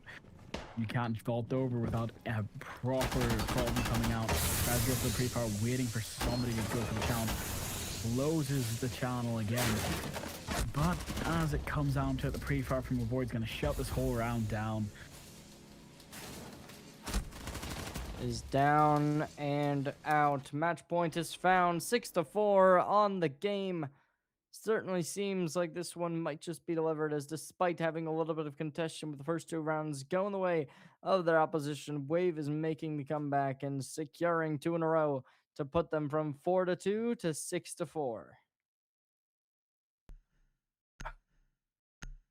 I'm trying to think of how you want to handle this. You've been putting yourself in a good position. Don't get me wrong. But time and time again, somebody's been there to ruin your day immediately. I need to see something more from them to try and solidify this. You can say, yes, the team was sleeping or giving you free wins because they were having fun, but it feels like a rank stack right now versus a team of players who are baiting their friend over and over. Once you get the solid strats coming out, it's just punishing. Because right now, that's what we're seeing. We're seeing E-Wave getting the 2 rounds for clawback because they stopped beating their teammates, but also the idea that they're trying to be like, hey, we played this passively enough for a couple rounds. Let's play to get active again. Which just kind of outpaced AOX. I might be wrong. It might just be the fact that AOX's attack is that strong for the first couple rounds, but once it got adapted to, they shut it down hard. But as we are in this penultimate round, we have Fender, Warden, Flash, and Ella to try and save this and take the victory. Otherwise, we will see Lion, Sense, Striker, Ace, and Gridlock to try to go for that victory. But as Gridlock always says, it's never over till she starts singing. Let's see how this match goes. Target located. So far, do or die. It seems as if this will be the round that might just determine it. Well, we'll have to kind of keep our eyes peeled, as so far getting some pings out, spotting a couple enemies based on audio cues perhaps, and now the peek comes in. We'll have to deal with a little bit of protection, not going to be able to do much, and that just gives over a little bit of information. Let's see how the information is going to be given, because they're getting close to it. But as you can see there, if you walk blindly across the room without any intel, you're going to end up losing your life for it. Fenrir goes down. That's a huge pick to come back. And as a 4v5 starts, they've got the positioning. They've got the choke points held. They're just trying to go for the swing, but Ella's there with the Scorpion. Ella was one of the most picked operators for SI for a reason, as Bravo's there to try and get another pick. Gets triple kill for him today. Getting another, but before DB can try to clutch this out, Clap shuts it down. Mute, being the last one standing, has to get the right C4 to find the planter and hopefully save this round. Because whoever pushes down, they get the site. It's a 3-1. Mute does not have the HP to go for any sort of challenge, really. The SMG-11 can win most headshot gunfights, but it only has 17 bullets in the mag, meaning that either you get one bullet headshots every time, or you're just praying to hopefully shut them down early. Because you don't really want to have to reload in this situation. Yeah, currently down to 1v3, needing to complete heroics. The bracket might not be able to make that happen here, and it could just be that next round to be converted for the opposition. But so far, that'll do it. It's a nice shot to the head as they predict it perfectly, spraying into that wall as soon as they get the audio cue, and they'll give a round over. Well, that's how the cookie crumbles sometimes. Can't complain about it. Can't feel too hard about it. It was a fair fight, and that's what we love to see. But it does mean one other thing. Whether you're expecting people to be trying to push in and get the punishment, you need somebody to be there to be like, yo, apples, don't let this person refrag, don't let this person come at us and go so hard to try and make simple plays without being there to refrag the kill. Don't let people punish you for your basic fundamentals, which is exactly what happened in that round. One, you can say I'm wrong. I'm not the coach. I'm not an analyst anymore. I'm just a pretty face. But as we've seen, honestly, AOX showing up a great round. People in chat and myself did say 7-1 chance, yes. But now that we're seeing them truly give us a true fight for it, I look forward to their next couple matches, and I look forward to seeing them in future R6 tournaments. But it's 6-5, match point, penultimate. This is it. You either go to overtime or you go to victory. Right now, I want to see how this Snake does it. If this is going to be a glorious day for Venom, or whether this is Big Boss's plan from the start. That is match point still, but there is now that opportunity. Overtime on the cards. Can they secure it? Seems like the answer will just be determined at the moment, as we are going to still get a little bit of information spotted. Nothing too crazy happening right off the bat, as defensive pushes just going to be a little bit minimalized. Almost gonna have a connection though. Is a little bit of an intertwined angle. Not to be seen between two players, but a nice prediction. Unfortunately, Will left with not much actual output in terms of results. Currently though, let's see. I mean, you look towards how Wave is playing. They've kind of allowed a little bit of a entrance to be seen, so they're on the low ground a little bit. But eventually, we are gonna have to see to an extent that push in come through.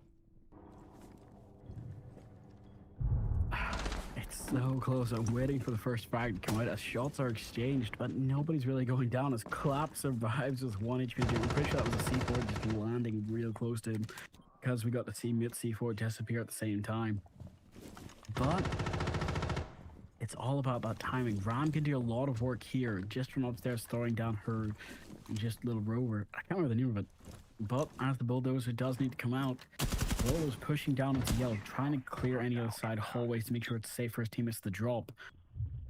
And it comes out, a lot of intel being gathered from the default camera still, as DB gets taken down behind the pillar. Pretty sure it was just shot close. Yes, it was. It's the moment where I love this new DMR, but it's so painful when it punishes you for it. As Snake goes down again, holes work both ways. You try to use an off angle, so will they. Claps gets taken, one pick, gets DB, takes him down. It comes down to a 5v3, but there's a shot to finish, and 2 go down to avoid 7-8. I didn't want to call it too early, and I was right not to. As the shot comes out, Dulce's trying to escape this fight, but it's not going to work.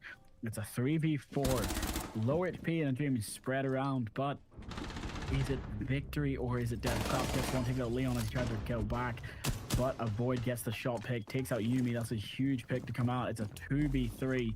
HP advantage surprisingly going to Orange team. Never mind.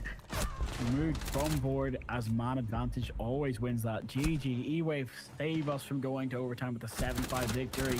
You'll come back to our lovely faces in just a second. I just want to say absolute cinema and a really good play style from both these teams. So, Cherry, anything you want to say before we head to a break?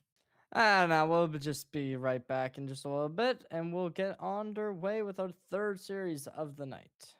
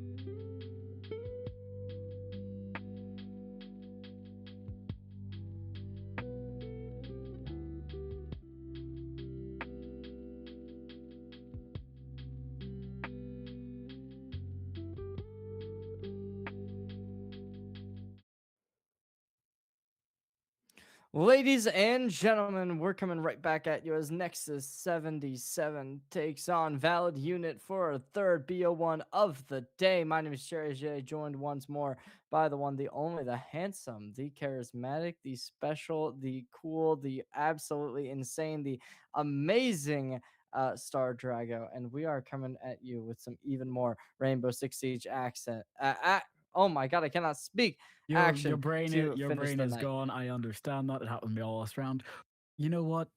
I'm gonna give you a bit of a break. We're not gonna go to teams. We're not gonna go to maps. You know who we're up against. Nexus versus Valid Unit. Let's head straight into this match and let's see how this happens because I'm being honest, I just want to see how these teams are gonna want to fight through this.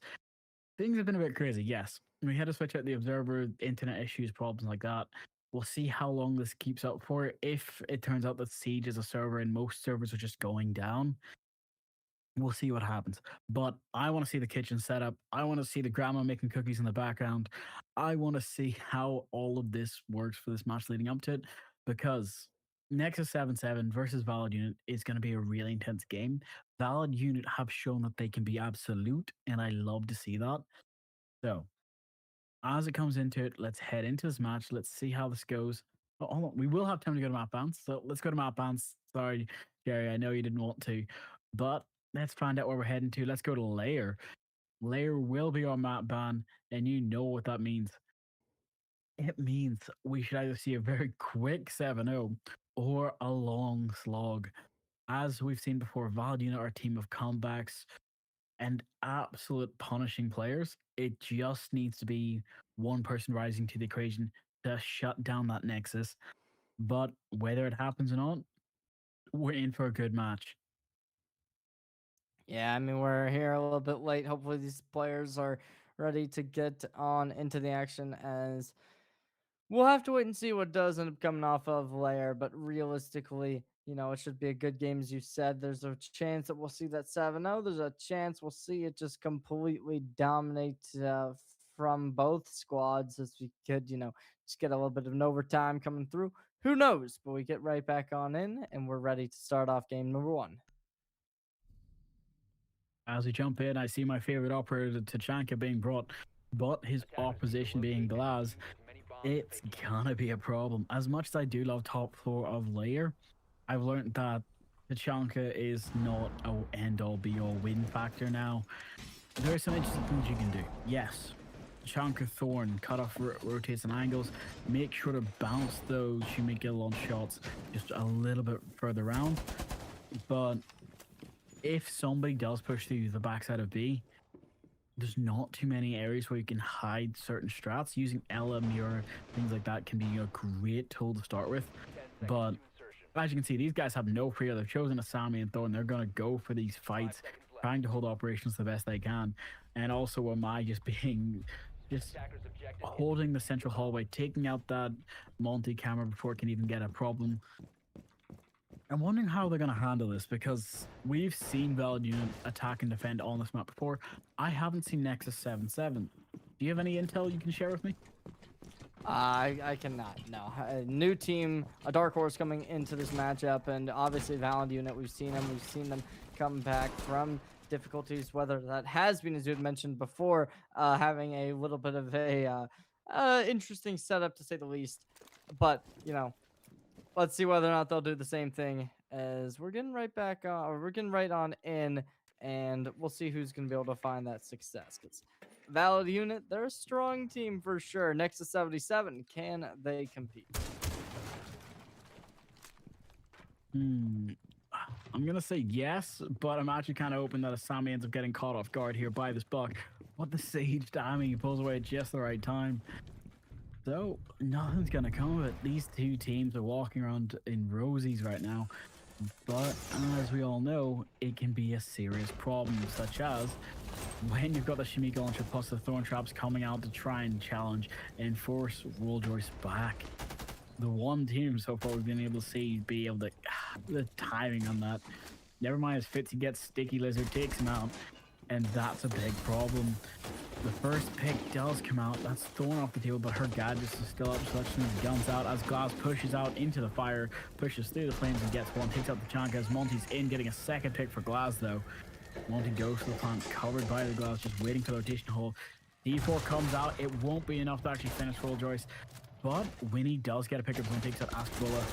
And a quick refrag from Hippo. These beautiful shots coming out from the MP5K, working wonders, but you're now stuck in a 1v3 situation versus a Monty. Gets one pick, but Glass is close. Shotgun in hand, gets the down on the Glass. He just need to finish off Fitzy. Fitzy doesn't have the HP to try to swing that shotgun Hippo, but he's gonna try to go for it. Goes for the pre-fire, tries to get the intel, gets the pre-fire off, but Fitzy wins the fight. Yeah, that will do it. Round number 1 concluded off of a nice, sharp angle inside the doorway. They'll get valid unit there first. Next to 77. Gonna have a little bit of a tough time starting out on the defense.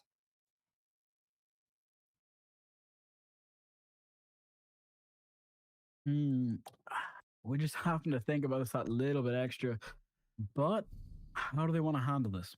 One, you're going back up to master. You're doing the same site. You're going to have to correct all of your mistakes to adapt to what you think the opponent's going to bring. But we do love to see it. For now, first off, how do these teams try to handle this? What is the best way of actually doing it? And two, can we see something crazy come out from them? I want to see Chonka spawn pick, Chonka ace, or honestly in the opposite kind of direction, Habana wiping the opponent's team using all the actual, I'm trying to remember the name of the spinning, the X-Cairo pellets to open up the site wall, go for a direct push, go for the plant, and win. For now though, we're just going to have to see, is the kitchen setup going to be stronger than the Nexus? That's always going to be the question with these two teams. 5 seconds to go. Yeah, it is a difficult endeavor to say the least if you're on either of these rosters to be able to take this second round, because you're coming off of just practice. Now you're dealing with the real thing, and whoever's going to be able to find some early success might just be the team to have that to skyrocket themselves throughout this entire game. We'll have to kind of keep on just digging our claws in, says Valid Unit. Can they really strike while the iron's hot and find some more success? Next is 77. Having a difficult showing, to say the least, on round number 1, but they made it a little bit close. They were able to contest. Now we're seeing the drone coming out, looking to make a little bit more information to gather for the Valid Unit. So far, though, not a whole ton, but that does give them some easy access into this first doorway. Trade comes through. It's not a trade, but the first kill comes through as Winnie secures Askbola, but the trade onto Hippo puts it back into a 4v4. Well, I'm actually going to have to say I've got some good, interesting facts to share. So, Nexus is actually a sponsored org team. That's really cool. First off, also the fact that they took out Buck and now Graham going down. They're showing that sponsorship is worth the money. But do we get to see whether this Mute gets to fight the Monty? He's not a direct counter, but the C4 can do great work. A Sticky Lizard gets one, takes out Twile because he just crawls through the barbed wire. But Mute tries to go for the direct fight. It's not going to be his favor this time. It's a 3v3. It's equal, but you know you're stuck between a rock and a hard place. B players waiting upstairs on second floor. Monty's got to try to push the main staircase with their Kebby on low HP. It's all going to come down to that timing, whether they can get this exactly right as they need it to be, or whether they're going to get shut out for it. Two things you got to think about. One, Thermite still has both recharges, but he's got no way of getting rid of that mute jammer as Fitzy dances around those bullets and actually gets to shoot a couple back into close. But will Thorn be able to survive as Lillian gets one, but Rejoice gets another? It's a pick of a 2v2. These teams aren't letting much slide right now. That Thorn trap is going to be enough of a deterrent. But as you can see, that lovely secondary shotgun from Thermite's doing absolute work to make him a unit that is measurable. For now, though, 30 seconds ticking down.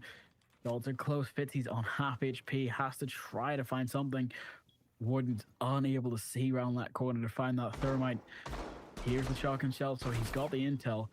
But he's just going to have to wait and try to bait the time for it. He gets the pre-fire, but he cannot win the fight as Fitzy shuts him down. Now it's up to Sticky to try and stay alive for this. But the Lizard's stuck behind a corner. Gets team kill, actually. But he can't get his primary out in time as Lillian is going to be enough to shut it down. I'm going to say, would you team kill your multi for it? Unstoppable force makes an Probably. immovable object. Probably. Yep, yep. I can't fault it. It's just ouch for the Monty. Up to 2, looking good. Next to 77, unfortunately, still unable to find an answer, especially when we saw towards the start of this round. It was a really, really nice play coming in, able to find the 1-for-1 on either sides of the map. As now that we come on through, I mean, Hippo getting taken down early is one of the main players for this team's firepower to come from. Finding 3 in the first round, unfortunately, getting shut down early, leaving them in a tough position. As now Valid Unit going to be up 2-0. Let's see whether or not they'll be able to continue this streak of rounds and continue to string them together. Well, you're right about that, but I'm trying to think, how would you string it all together? Because you've got the thorn, which is great for needling and punishing, but the issue is you also need, I'm gonna say, the bossy shotgun just to make those holes into your artwork. Whether or not we get to see the actual shots come out, I'm just trying to think about how this team wants to handle it. One, you've set up yourselves for a great sort of straight direct push, but as you can see here, Stick Lizard's going to be waiting for it. He's going to try and bite back, be the person to try and slow down this push and maybe try to stop any direct aggression. But as the drone comes out, it's going to be enough to force them away. Default camera goes as well. They're just going to push up the staircase, no fear. And 2 minutes and Valid Unit. Can they take this first quarter of the game with style? We will see. As right now, next to 77, still just waiting, still presenting options to Valid Unit, and they will take full advantage as Blue is going to be the first one down, leaving them into a 4v5. As Valid Unit still spread thin, but in such deep places. Oh, but a nice timing gives the kill over, and Esbola down. Putting it back. 4v4 in Valid Unit. The blood spurs all over, but TY is going to be the one to fall off the line. Another peek and another fall, unfortunately, despite having a little bit of better timing. Still going to keep this in a 2v4, and Valid Unit might just be falling down. It's close, but when you get yourself into the 2v4, you want to make most of it. It's not exactly ideal, but he's close enough to sight where he could isolate his ones, try to go for the play, as Fitzy is going to have to try to make something out of this, because think about it. It's 2 rounds up. You can make the mistake, but as you can see, Vigil's going to survive a headshot there. That's unfortunate for Grim. He's going to get out of there safely, and that's going to be enough of an annoyance now, where they can't just push up. They don't have the full range of intel. So as you can see, as Monty tries to push up, he's actually going to get flanked and pinched here by Hippo. And there's the shutdown. Next to 7, take the round. That'll do it. Putting them on 1-2, keeping this game close and connected. Not allowing one team to spur away with the lead. Next to 77, we'll be able to drop some bodies, and despite going down, that first blood comes back, takes it 4-2, and takes the round from there. It's close as Monty and Tajanka are removed. We're just going to have to see how these players make the most out of this. 2 things I'm hoping. 1, Vigil finally wakens up. We get to see Tajanka removed, so blower play isn't going to be your option now. I want to see some quick, aggressive stuff coming out from them. 2 things I need to see as well. 1, Gomai, Clash, Mozzie, Asami, Vigil. Great setup for an aggressive roam standard. We haven't seen it from Nexus 7 yet. That's the problem I'm seeing. I'm seeing them slowly roam. Yes, they got above on the last site, but this is top floor. There's no chance of you going back downstairs, back upstairs, and trying to drop through hatches to try and clutch back. You're not playing org, so you can't just jump through them. Right now, though, to the same point, I'm looking to see what they can make of this. Things that need to happen. Pull up your socks, waking up, go aggressive, and be there for the play.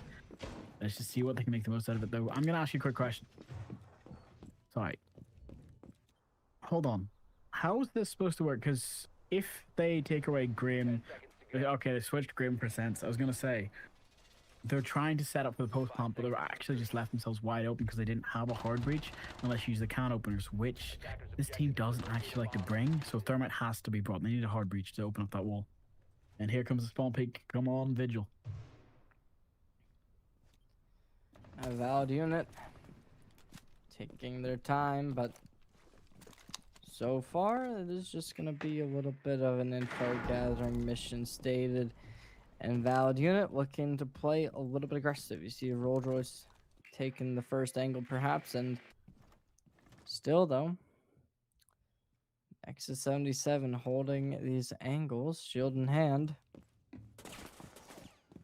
You look towards the rest of the players kind of waiting inside, playing a little bit defensively. Now a little bit of some dynamic positioning from BDGRR as they're going to be looking to just kind of keep walking around, searching for enemies. Now, it is a little bit risk-taking in the sense that when you're playing this aggressive, you're opening yourselves up from somebody to be holding a corner that may not be as clear as one would have hoped for. But still, valid unit taking their time, about to start to breach perhaps as we see a couple players moving up towards the high ground. There's Blue, though. Still able to find the first, taking down T_YL, and now it's a second one to go their way. Down to a 3v5, and it seems like valid unit might just be in a little bit of a precarious spot. Ooh, good shot, actually. Here's the thing, you do love the double SMG shot. It works great. It's just high risk, high reward. Because you don't have the full firepower to be like, hey, I want to open a hatch. You just got to use your impacts for it. As you can see, he's doing enough damage with it already is a problem. It's a 2v5 very early on, which is fine. But if Vigil can survive this engagement, and he does, just ducks around, he's actually still choosing to be aggressive for the play. He's given the call out that, hey, Thermite is waiting close to operations door. Ying is still hiding below if you want to try and impact her, which they do exactly that. She eats it cleanly. Only problem is not a lot of intel, not a lot of utility to be able to stop this play. The players have full coordination now. And peeking in. Top one. As Hippo gets the shot from below, finishes off Ying. Now it's all down to Thermite. He was waiting at operations door. He's pushed into operations now. Shut down the Vigil. No flawless this time as Clash walks up, going to be a menace. But the isolation of the ones is exactly what's needed. But as you can see, when you get the chance to go for the duck swing, you do it hard and fast.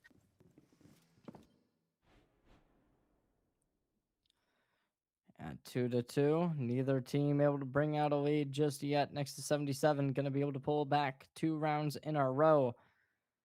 And valid unit, we've seen them a lot on stream. This time it does seem to be a little bit of a different territory for them, as traditionally they are either high up or very much down. This time it's a little bit closer, and we'll see whether or not they'll keep it that way, whether or not they're going to have some momentum going one way or the other. Well, as I promised, I will say this in the best of chance. If you give Fitz a lovely gun, he's going to do some mad work. You cannot let this player absolutely anywhere near something that is flammable. He is a fuel to his team. He is doing the absolute Lord's work right now, and that is what we love to see. Whether you want him to try to go for a 33 and try to 6, he needs to shut these players down. But in the best way, I do mean it. This team is doing great work for the coordinations. Valid units keeping it 2-2. But if you look at the kills for Frag, Nexus 7 is working their way through it. It's not a complete end-all be-all to one team or the other. It's the fact that Valid unit is getting their rounds, yes, but it's either convincingly or it's going to be close. It's always coming down to a 2v2 fight. It's never been down to a 1vx clutch yet, and that is something I do love to see from these two teams. First off, though, with Deimos only having the ability to track a Sami and one other player, a lot of intel needs to be gathered quickly. That's a nasty one way. I don't like that. So far, we're just gonna get these peaks coming on through. Nothing seen just yet. As Nexus, next to deal with valid unit breaking the window, placing some explosives in there, and now some aggression seen. Playing a little bit fast paced. There's the opener as Nexus 77 puts themselves in on the front foot, looking to follow up. Shots come through. Now it's down to a 3v5. Keeping up this momentum. Push down 2v5 to play for Nexus 77. Completely overwhelming valid unit, and this certainly seems like their game to win. I'm gonna have to agree with you. Looking at how Nexus have started reading the side of Valid, it's doing work for them. A flawless round isn't the cards here for Nexus, but I'm not sure whether that's due to sight or strategic placement yet, because I'm not gonna say it's down to gun skill just yet. Still any mistakes being made though, I can say that right now. Asperilla tries to go for the swing onto the Nomad, but sorry, Nomad tries to swing onto the player, but it's not exactly working out for them. As you can see, the flank comes out and the two players swing from Vigil here from Bulgar. Gets the quick picks, takes out the Nomad, and then swings and kills the Thermite. Some stellar games going on for them. Can they continue? That'll be the questions. Right now, it is certainly looking like they have everything going their way. And so far, there hasn't been anybody to really say otherwise. Well, I'm gonna say otherwise. They took the first 2 rounds with advantage. Sorry, they took the 2 1-round advantage, and now they've lost it. There's still a chance to come back, of course. A 3-3 split on layer is not uncommon. So whether we see Nexus either defend this to a 4-2, giving themselves the advantage they need to make that 2 mistakes that most teams do need, just clearing, firing layer as a map, or whether we see Valid unit take this one, give themselves 3-3, and force the punish. Yes, I should also specify he is right. They have 3 subs. They've got the regular 2 substitutes from their main, different from their main core, and then they have their emergency one. So it does all come out that yes, their team cohesion isn't completely done, but it does work out with them. As you can see, everyone's chatting. It's all being respectful, so you can't complain about it. But you know what you can say? Siege is one of the best esports out there for the factor of teams being smart, trying to go aggressive with it, but they need to be there for the challenge. As you can see, Deimos has no operators tracked. We're seeing a lack of intel from inside of Valid unit, and that's been a problem consistently enough where we need to see it come back from them, and we need to see them start to liven up and waking up. Yeah, it is going to continue as a valid unit. I mean, the problem is the fact that they haven't been able to have a good, convincing opening to a game in a very long time. I mean, the last 2 rounds alone have been extremely dominant for Nexus 77, as they'll put themselves in the 5-1, 4-1 position, and yes, they'll drop some bodies finding the last one, but that's because they're allowed to drop some bodies. They're allowed to concede a couple players before they have to, really lock it in and take the game. So I don't know entirely what's going to happen, but so far it's looking like they're going to be a very strong team coming into this tournament. Well, you say that, but for now, I'm just wanting the confidence to come out for this team. I want to see what they can do with this, because right now it's a little bit of an understatement of simple mistakes coming out. Whether you're saying the opponents are shutting down the drones and the intels, there's operators to counter that.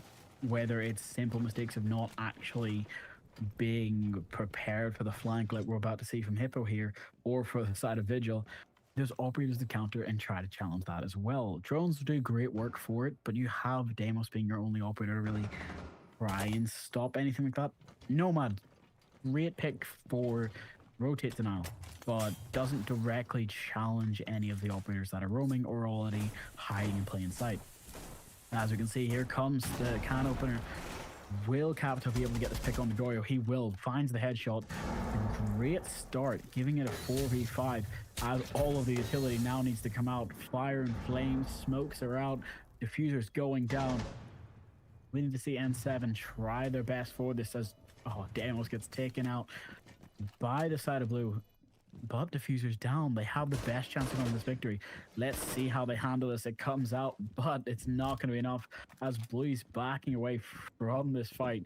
Does not want to go after Fitz. He wants to try and get him close to that red pipe to try to go for it.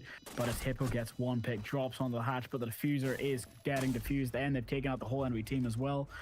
Nexus take the round, giving themselves a 4-2 split, which is exactly what they need. And that's putting them on the front foot, to say the least. 4-2 on the scoreline. This is the third time today we've seen this scoreline come out. It has been very, very good for every team coming into tonight. But Nexus 77 has just been looking good, to say the least. Valid Unit, they started off hot, but unfortunately cooled down as we got later and later into the series. So whether or not Nexus 77 will be able to get 3 more rounds before Valid Unit does make that notorious comeback that they have been able to make happen in previous events, that'll be kind of the question we'll look towards. But so far, it is a big Nexus 77 game. That is right. It's not that easy. I can see we're going up to mass now. Valid Unit get their chance for defense. Yes, layers of defensive side of map, but in my opinion, honestly, it's one of those rounds where it's a mix of defensive sided sites with attack sided sites, but an operator can change the entirety of this game very quickly, as we've seen with Tachanka. But we have Tachanka, Asami, Bandit. We've got Jaeger and Mira, meaning that this is set up for that challenge. But I need to see more from them, like the players of Ask, where, don't get me wrong, 0 and 6 for a player who's currently subbed in, that's understandable, but it's a team factor of, is he making the right calls on drones, cameras, is he making up for that behind the scenes? I'm hoping the answer is yes, because right now, they're on defense. Defense on layer is always going to be a problem if you're not the one living up to reputation, and you want to see the most come out of this team, especially when you're up against a team like Next. Again, I'm going to say this out to it. I love to hear the fact that a team like this is doing so much work. It's just the fact I didn't know they were sponsored until now. I would have given them a full out. Sponsored by Rangers, the UDA, and like everything else. Like, that's very funny, but it's a team. They've shown a great stance and a starting rep. I looked up their history a little bit there. They've done well in the previous matches. That was quite funny, but their intel not the best on start. They're giving themselves good drone setup placement, but whether or not they can actually go for this chance. We have them pushing inside. They've got them pushing up the first floor, but there's no rain presence from the side of our unit yet. So they're trying to go for the challenge with the impact, which is great work to do, but it's high risk, high reward, and now you can only go play close to the operational door as you want to. And so far, it is Nexus 77 final defensively, and now Valid Unit, they're peeking, poking, everything in between. But so far, success has just been on the cusp. And let's see, I mean, currently it has been 4 rounds in a row strung together by Nexus 77, peeking in and trying to get some shots in. Unfortunately, will not be the case, giving away their location to a certain extent. Now grenade followed up on, possibly giving a little bit of a opportunity to push up, start to go a little bit deeper. What on earth was that? Well, that's insanity. 2 kills get converted, and Valid Unit all but takes this round. Ooh, as it does come out to it, Valid's giving themselves a good run to try and take this round, as it does come out to it as a 2v5. I'm just hoping they've got the right play for this, because one, it's never over till it's over. Greylock's still standing. Habana's there as backup reinforcement. They can do so much with this. It's all about if they can find an opening pick to put that pressure in, find the isolations of the ones, and try to not need the refrags. One, you've got a lot of utility. Habana's made holes. They've got keeper barriers open. They've got the attention pushed away, and they get the one flank, try to rush into the corner. try to go for the next, but that mirror window is going to give away so much intel, shuts it down. But here's the thing, Lizard's there, bites off the tail and goes for a double kill quickly, making it a 2v1, giving it to a complete winnable situation. You might have cast or cursed this, mate. But as Rolljoyce and Ivan are waiting, or sorry, Lil Van is waiting, it's going to be enough of a problem where they have diffuser. You need to go for kills. You've got 10 seconds. You don't have time to waste. If you try to slow this down, it's gonna be a problem. And looks like that's gonna be all they wrote. She can't get across that room fast enough. So, as the shots do come out, Valid unit do take it. So close, you almost casted her stat. Valid unit puts themselves up after a double kill to start off the round. Great heroics comes out from this roster. Nexus 77 just unable to match up the pressure and potency that this team was putting up on the first round of the half. So it is looking pretty similar to what we saw last game. Not completely the same, but how will they adapt? Well, to adapt in this situation, one, give yourself a proper indication of what you're looking for. One, lab support. You're going downstairs. You need to make sure that you've got the intel to clear not only the first floor and the second floor, but for the defensive players, a better roam presence, hiding certain operators for strats is a really great start to that. Whether it be bringing a clash to try and hold in sight, or whether it be bringing the Asami and then just not putting down key wires until later into the round. That's normally a better strategy to try and stall and hold it. Yes, you brought the mirror, which is great for actually going for the swing plays, but you need to think about this in a much better state for it. It can be a problem. It really can, especially when you're not thinking about it too heavily. We've seen these teams do better work on maps like Layer. I had to look a bit more about Nexus, what they've done in the past. They've got some really good plays for the side of Layer, so they've got a 7-0. I mean that in the best way possible, meaning that this match can go one way or the other, and I'd love to see it.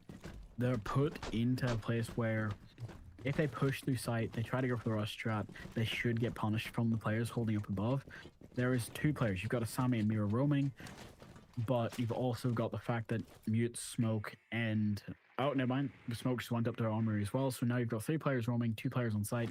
That's a pretty big gap to fill, especially for the fact that they don't have too many operators that are safe for, like, I'm going to say, vertical challenge compared to the opponents. You've got Ram, who's safe for it. She's strong, got the R4C and the Blitz. Any sort of challenge could end up being a proper problem here. Gonna be able to break some of this information tools already. As of now, though, there's so many players spotted on the other side of this wall. Gonna be able to detect the first, creating smoke screen, putting a little bit of cover in play. Still, though, pushing over. A 1-for-1 comes out. SMG's raining wild as now. We're just gonna see a real standstill come off of it. A little bit of information gained for either team, but nothing that will create too much of a real panic. So down to a 3v4 or 4v4. Peeking in, dealing the damage. Unfortunately, Fitzy stays alive, so Blue unable to collect on the kill. And possibly just get a little bit of some downward trajectory. Spotting nothing off the bat of these explosions, but still trying to find something, but nothing to be secured. As it does come down to a 4v4, Kevy's phone call will be ringing out, but Mute's safe with those jammers. Quick hang up. No worries need to be made.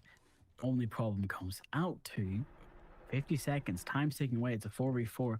Only Mira and Ram are off the table. Only 2 operators that can really make a massive detriment. I'm going to say it's a better trade to lose Hippo over Ask, but as the C4 does come out from Twile, that's him gone. That's a huge pick, removing Blitz gone. But as you can see, they're not ready to let anything slide just yet, as the 3v3 equalization does come out.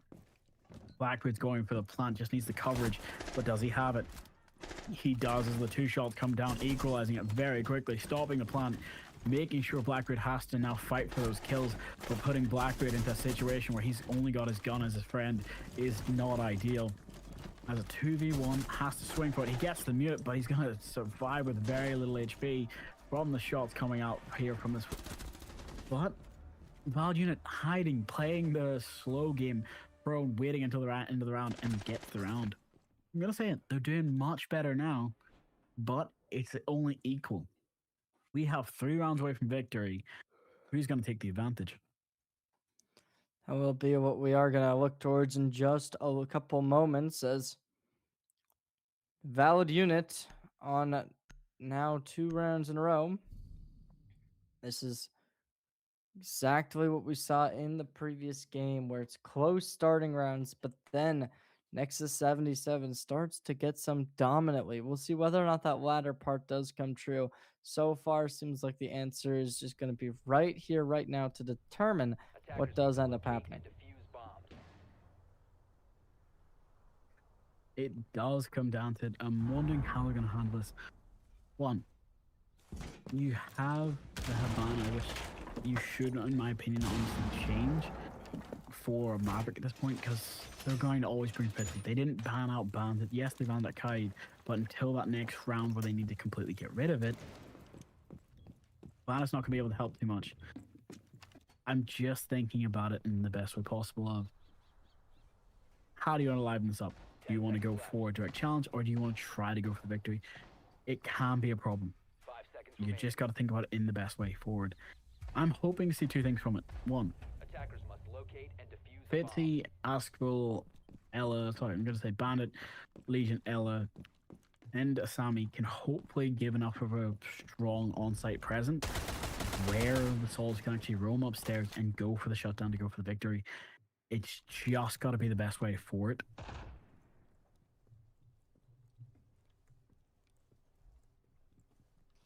I mean, currently, I mean, they gotta make some kind of adaptation, right? If I'm on next 77 and we have lost a little bit of a lead that was starting to look very, very potent and hard to break, and now it's all but a lowered amount of rounds. So currently, they gotta change something. They gotta look a little bit better.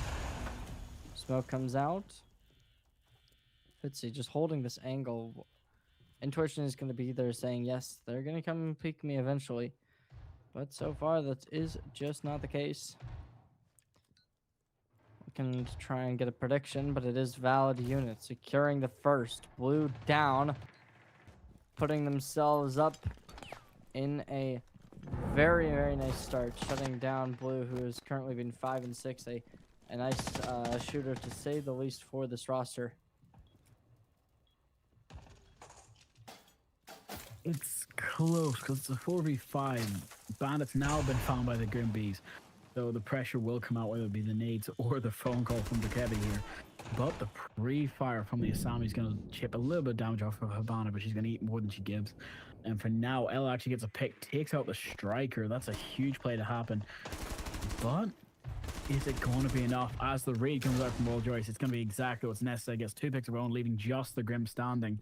He's finally opened enough of the wall, but he's going to end up losing his life to Fitzy, hiding in that corner, and it does go down.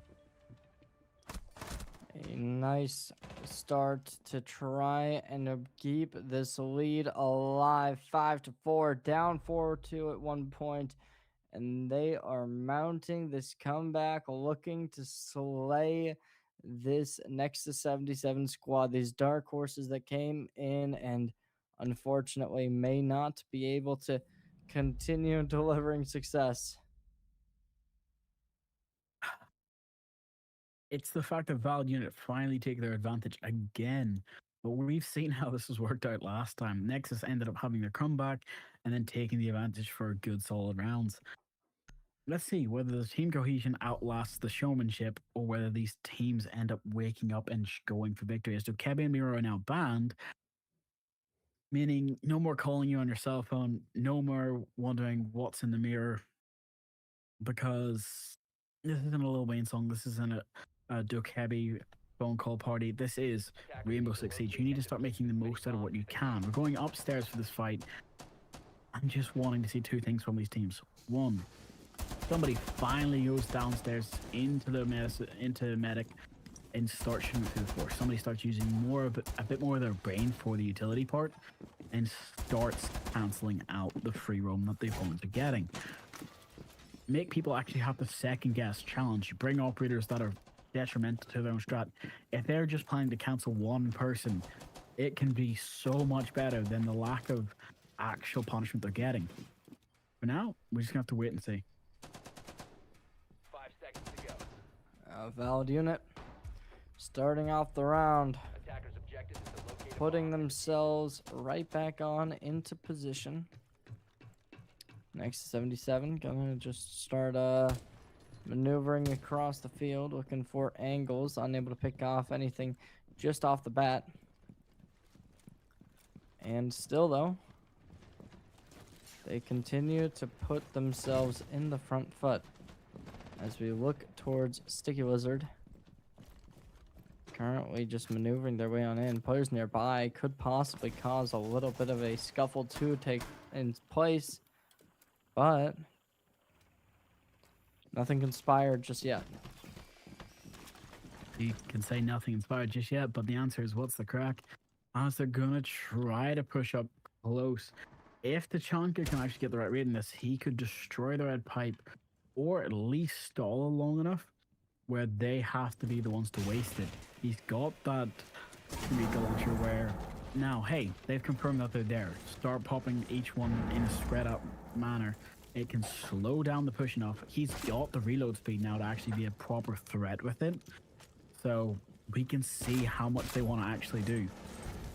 Gets the reinforcement down, slows down the opponents, forces them to waste utility, just trying to clear a room. And just waiting, biding their time. Currently, there's going to be a couple explosions heard nearby.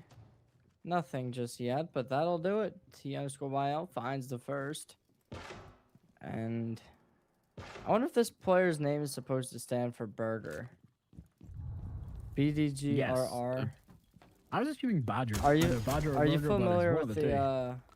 are you familiar with the meme? Nope. No, I will not No, be familiar with no. any memes on stream. I bloody Oh, missed it once sick. today. It will not happen again. You've never heard the burger meme though? Nope.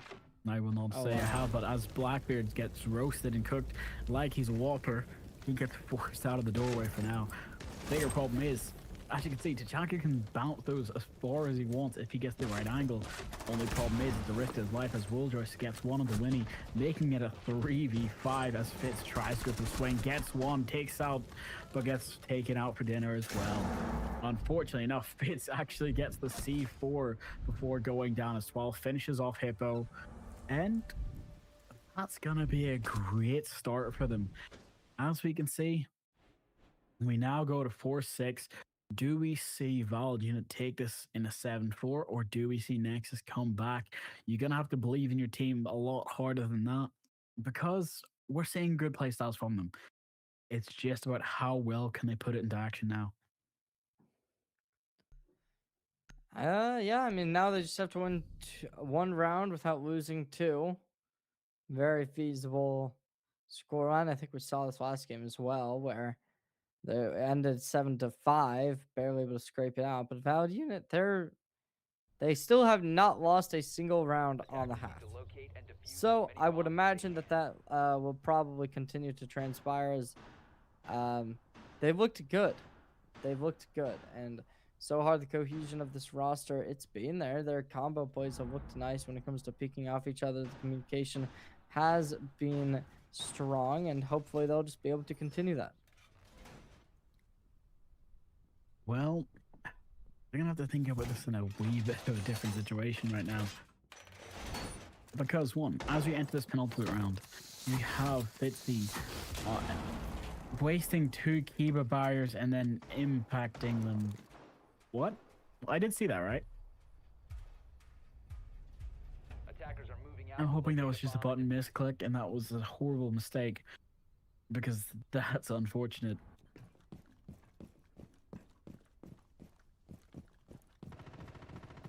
I had to go back and look at that. Yeah, that is exactly what happened. 2 Kiba barriers went out and then he impacted them because he needed the rotate. Unfortunate. That means he's only got one left in his pocket until that second one recharges.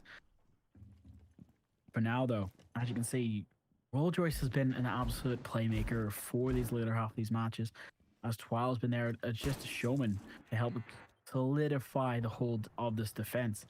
But as it does come to it, you've got two players rotating, Ask Bull and Roll Joyce. They just got to find their players. If Bull can find one, it can go huge, but if not, it's going to be a problem. Right now, they're waiting, trying baiting the scrim into their line of sight, but giving away too much intel could be a problem for them. We're still just seeing shots fired, unable to make too much of a connection, but it is still just going to be that 1-for-1. Blue down, and unfortunate to say the least, but another kill will come out. Nexus, seems like that coffin will just be a shot placed in the ground 6 feet under in just a moment. As shots once more ringing out damage dealt, but it's Hippo who will make the comeback, looking to bring this game longer as 10 kills on the player, hits double digits right about now. Still in a 3v2, make it a 3v1 as Nexus 77 keeping themselves alive when it matters most. That's exactly what's needed, but as they save the round, Fitzy goes down, meaning that we have a 5-6, 1 round from equalization, 1 round from victory.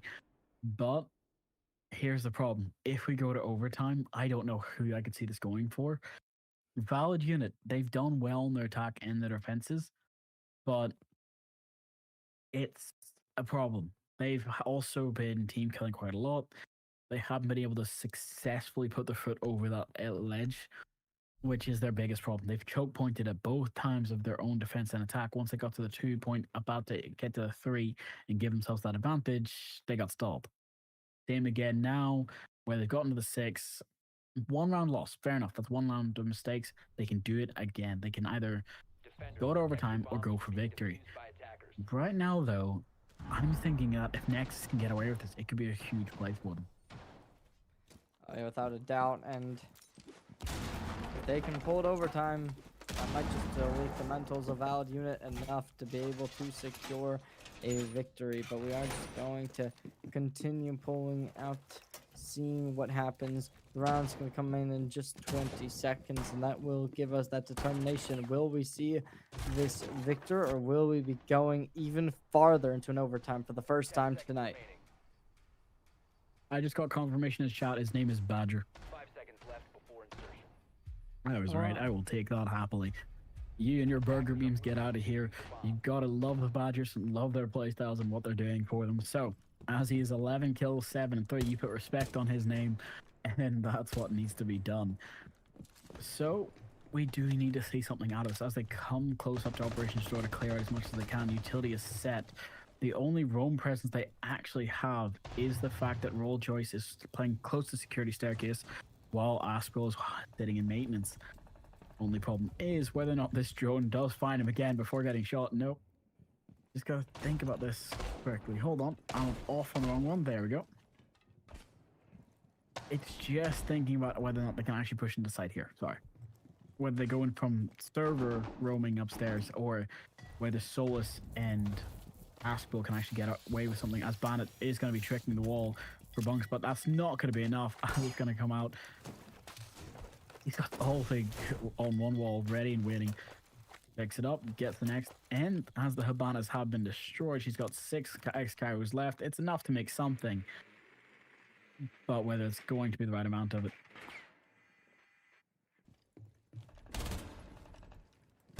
And currently, Nexus 77.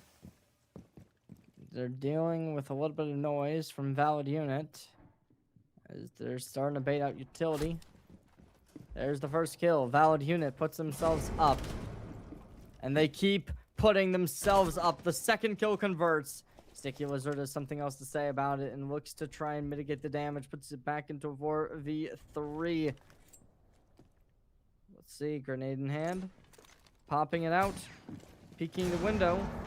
Couple players nearby. Nobody gonna be able to detect them just yet, as it is very close. But Valid unit with this 1-player deficit, requiring Nexus 77 to gain some kind of lead, some kind of momentum to be able to find this round. And unless there's heroics from this roster, Valid Unit may just be able to take this 7-5 without going to overtime.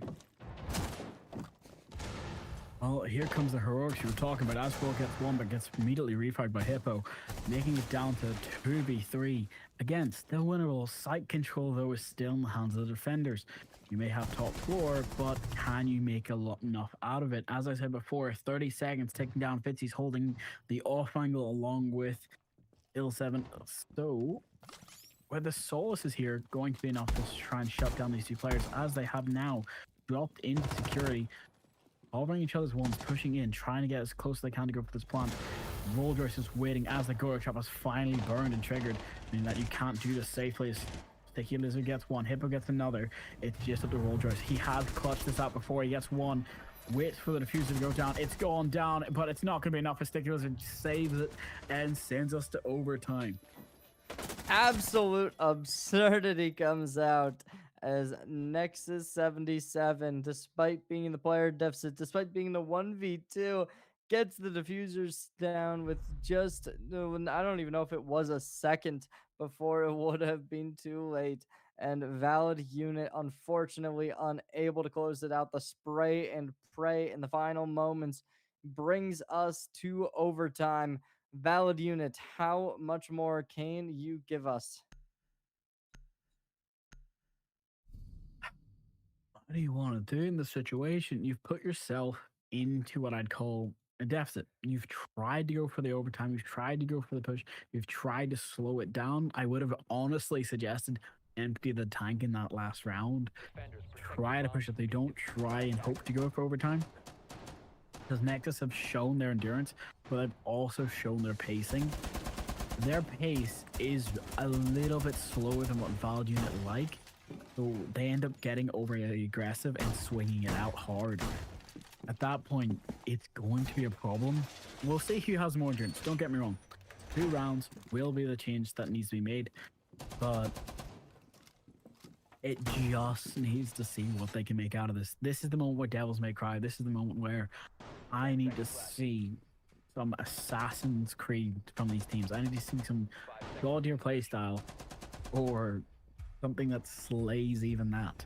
Because as Snake is locked in with Buck, Monty, Striker, and Habana, we've got Smoke, Jaeger, Bandit, Tommy, and as Tachanka. I was about to say Thatcher. My brain just did not want to say it because Tachanka should be clutching this out. But we've seen a lot of strong shutdowns from the side of Nexus 7-7. So let's see what they can do. Now we come right back on in. Still immediately trying to get some pre-fires down. Not able to make any connections just yet. Still though, Hippo sending into the utility, looking to try and gather some information.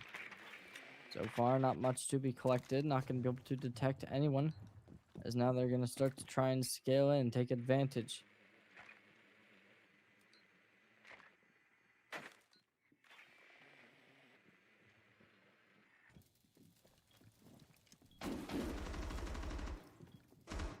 Pressing the issue is going to be this Valid Unit squad having to deal with the walls being broken.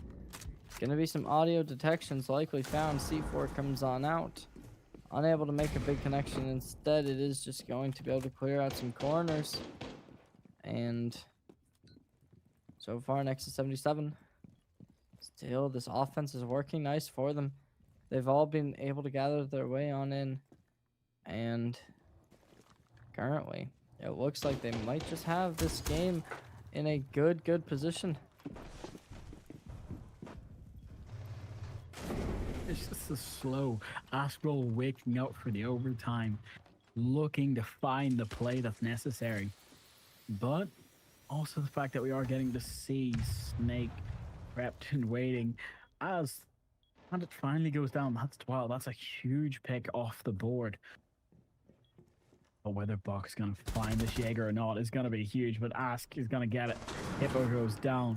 That's a 4v4 equalization, but with 50 seconds remaining, that smoke's getting stronger by the second. Aspel finally goes down, gets hunted, shot from below actually through the floor. As we can see here, it's close. They're trying to pick ones with Burgers up there. He swings with the FAMAS. I love the ult changes to it, but it's going to be enough to find one. Fitzy's tagged down to 1 HP, but it's the chunk is there to shut down one. Monty finishes the job refragging. It's all up to Fitzy to try and clutch this out and keep his team in the advantage. But as he's got 1 HP in a dream and the flank needs to come out, he's got the read on one, but he can't go for the finish. The problem is the pinch can come out. It's all about that timing of the fits. He's going to be able to get the read on the players rotating back out of sight and trying to get their distance. Good chance for equalization, but he's got the SMG. He does not have the range when he wins that fight. So that means Nexus is taken. It's 7-6, all right? That's gonna be tough. Tough to say the least. As Valid Unit, they had made the comeback despite being down 4-2, but now it is their time to have to deal with the attacking side. It is tragedy for Valid Unit to be down here. And I guess the question now becomes, Star Drago, will they be able to return the favor, send a 7-7 to both sides, or will we just see game over? GG's go next. Good question. When a second player rose to the occasion there, it's exactly what we need to say. Oh, as you can hear, things are getting crazy. That's what we love to see.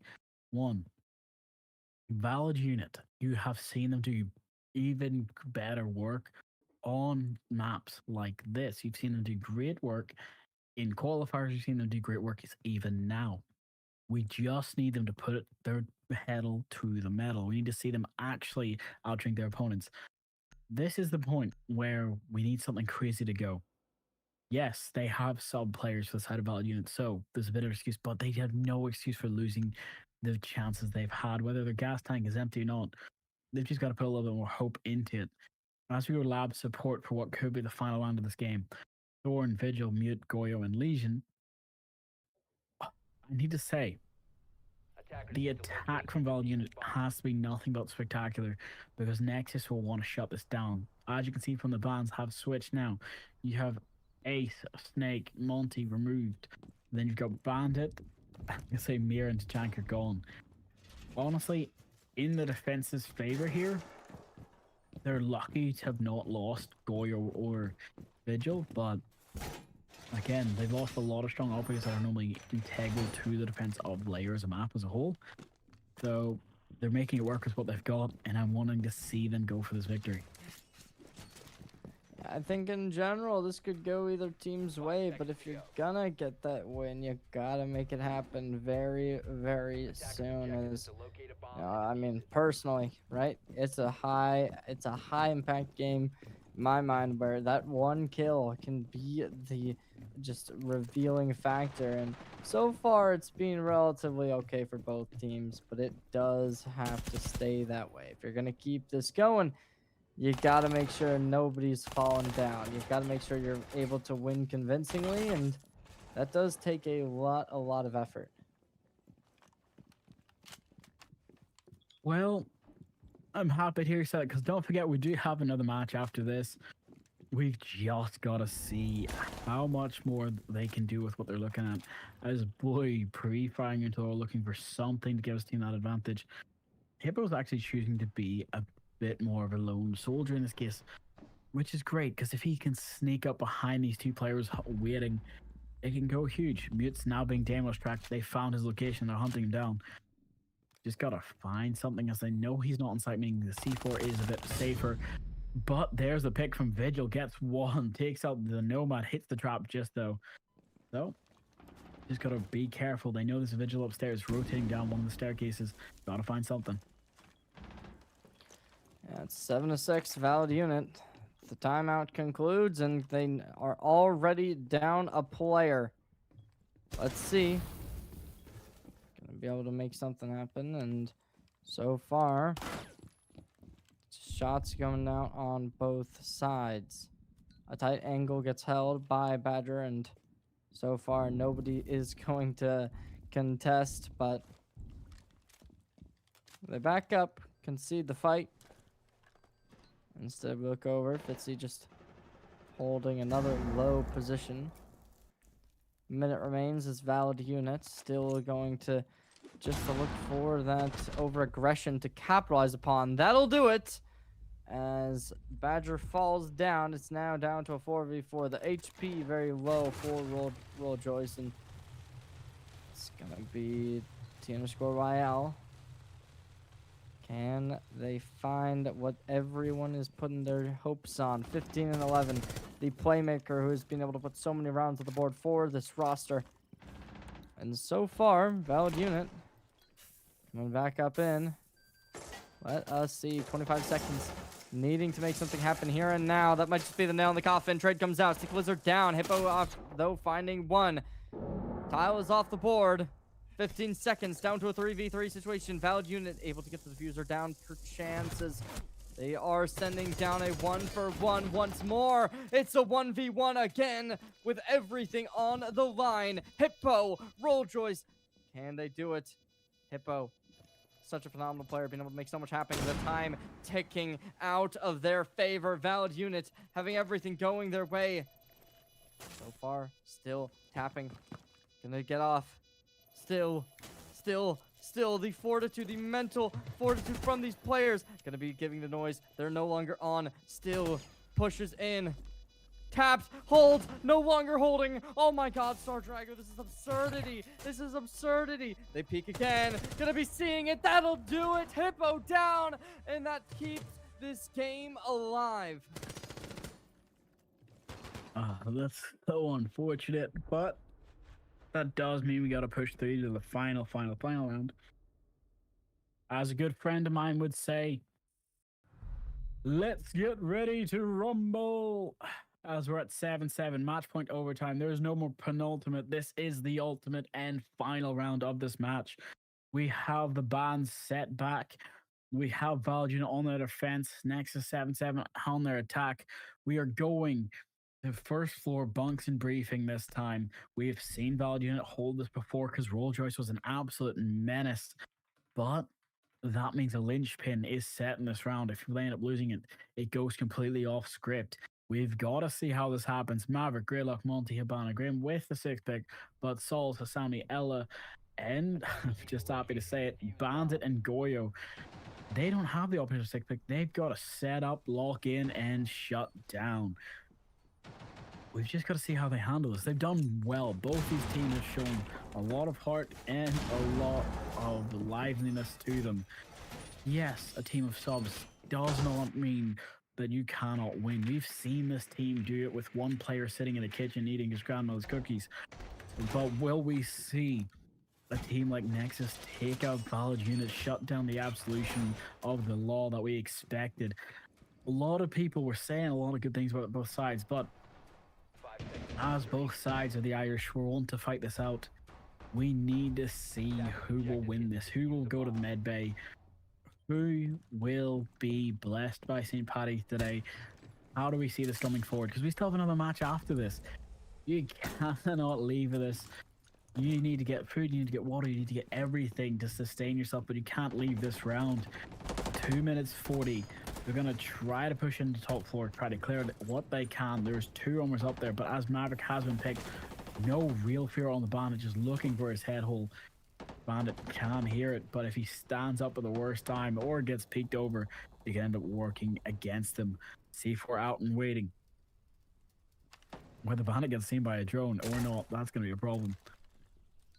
He's going to get spotted. C4 comes out, but it goes slightly too far. It's not going to catch the Grim.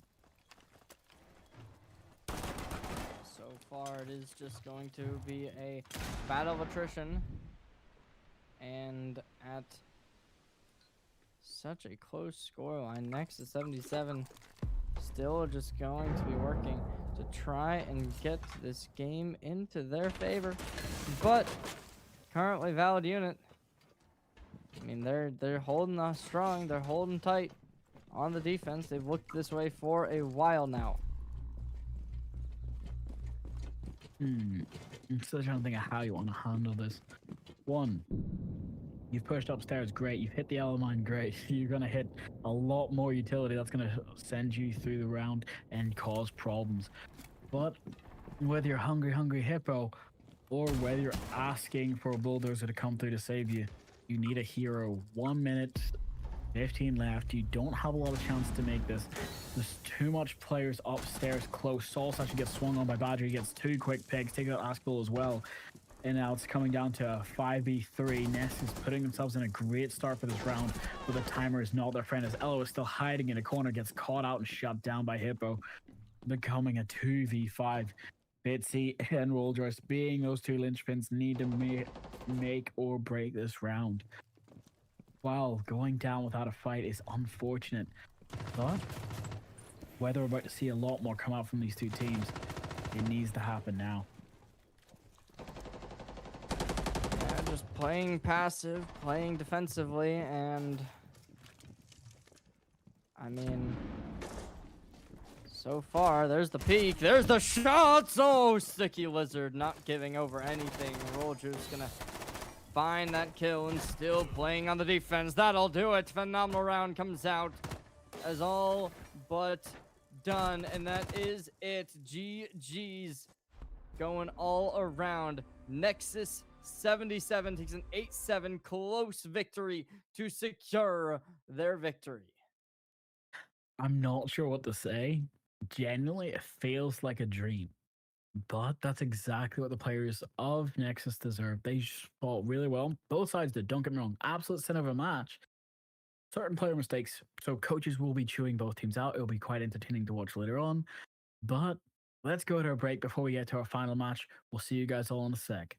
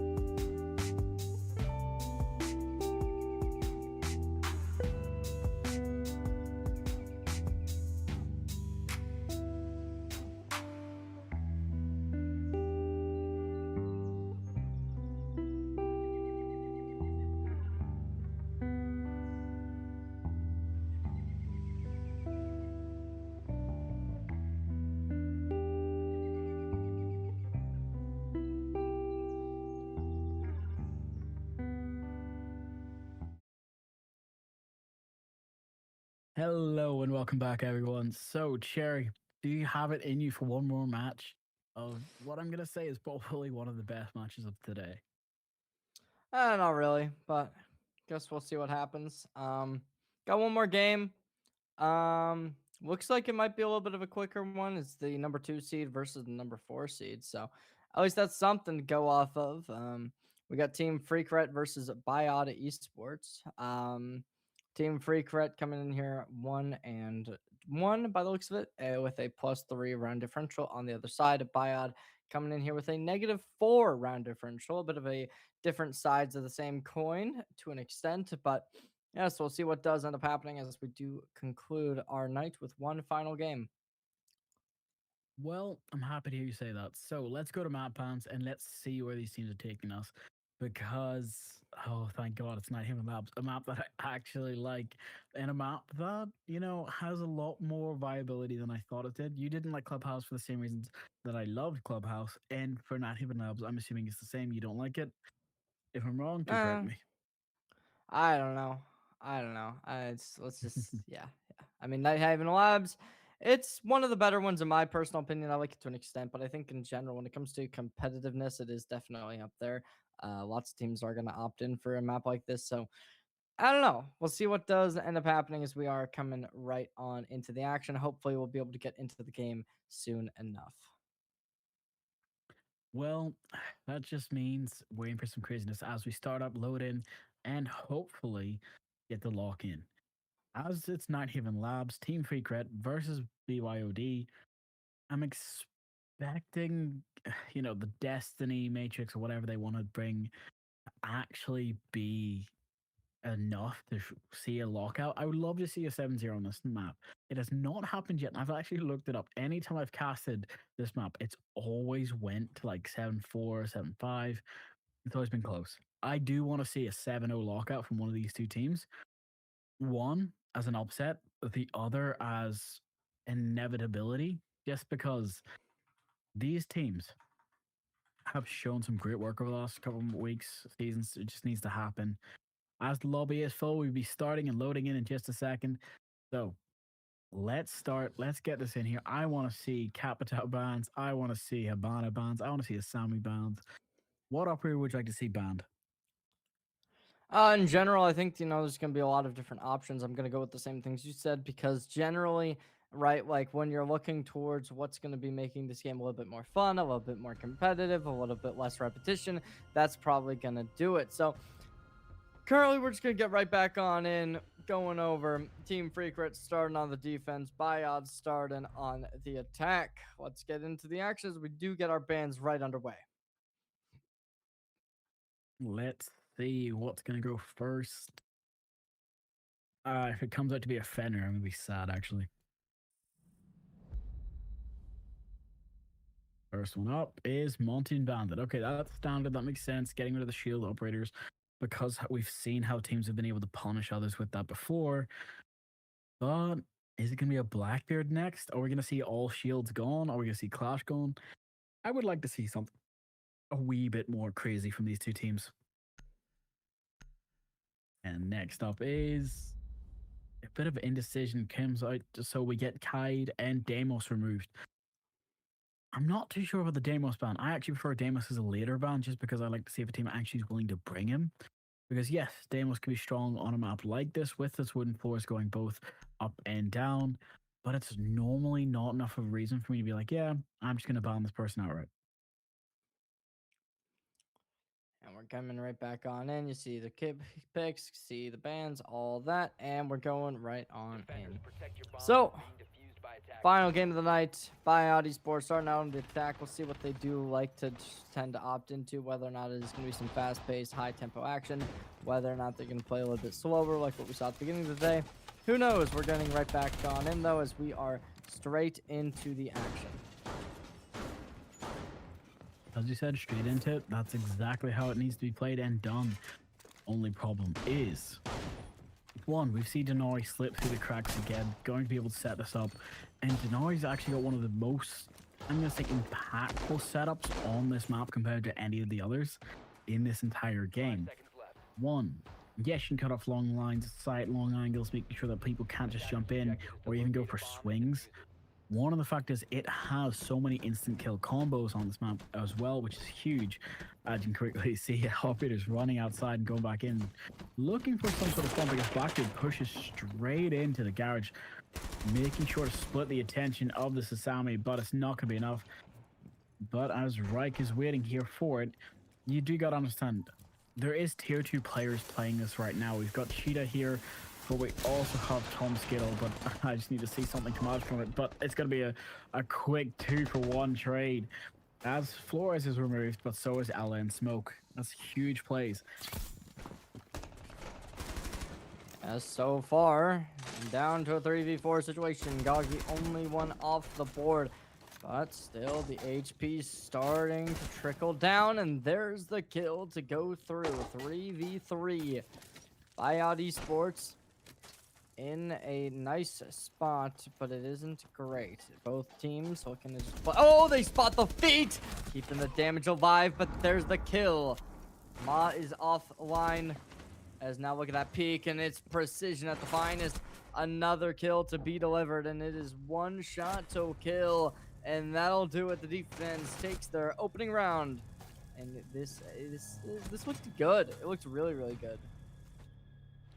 Can't lie about that. It did. And the fact that we're getting to see these players do so much with it is exactly what's necessary for these teams. Putting your best foot forward, Team Freakret getting the first round, but will they be able to keep the momentum and pace they have? Because again, Bring Your Destiny has shown strong plays in the past, and I expect them to be able to do it again.